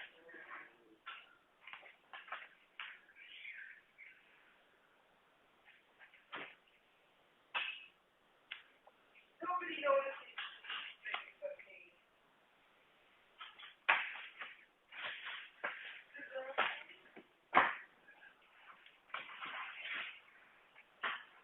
Provisions of this section shall not be effective in any city or town unless adopted by a city or town pursuant RSA 466:30B.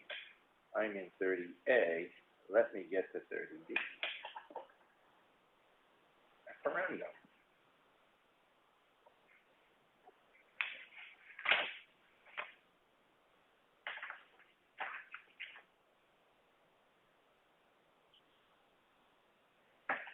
Yep, ballot vote.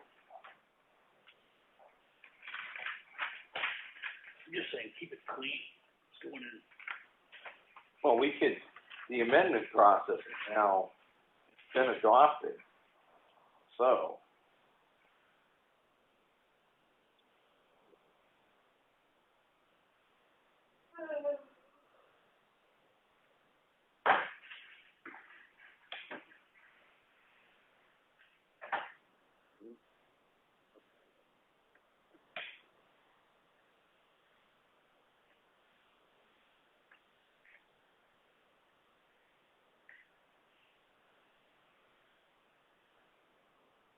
I think after it's been adopted, and it's in a public hearing, I think, but I'm looking for that language.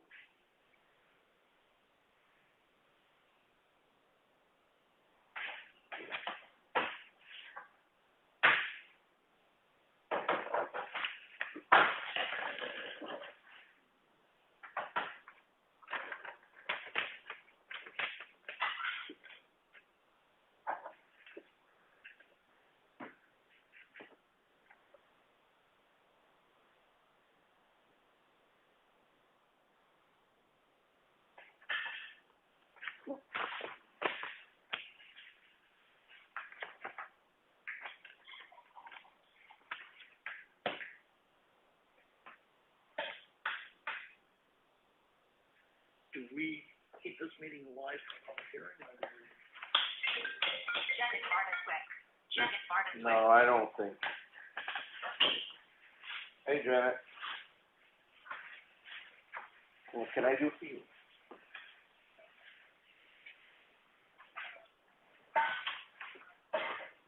Thank you, sir.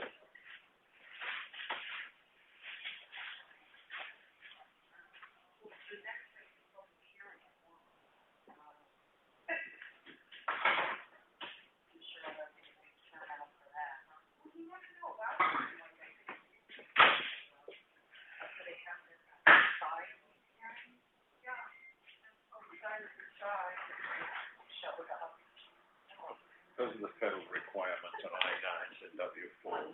Yep.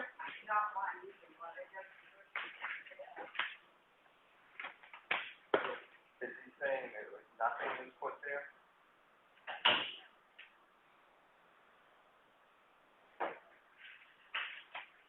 Okay, so, 16 minutes till public hearing time?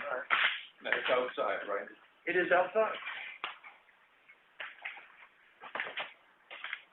So I think we can actually end this meeting.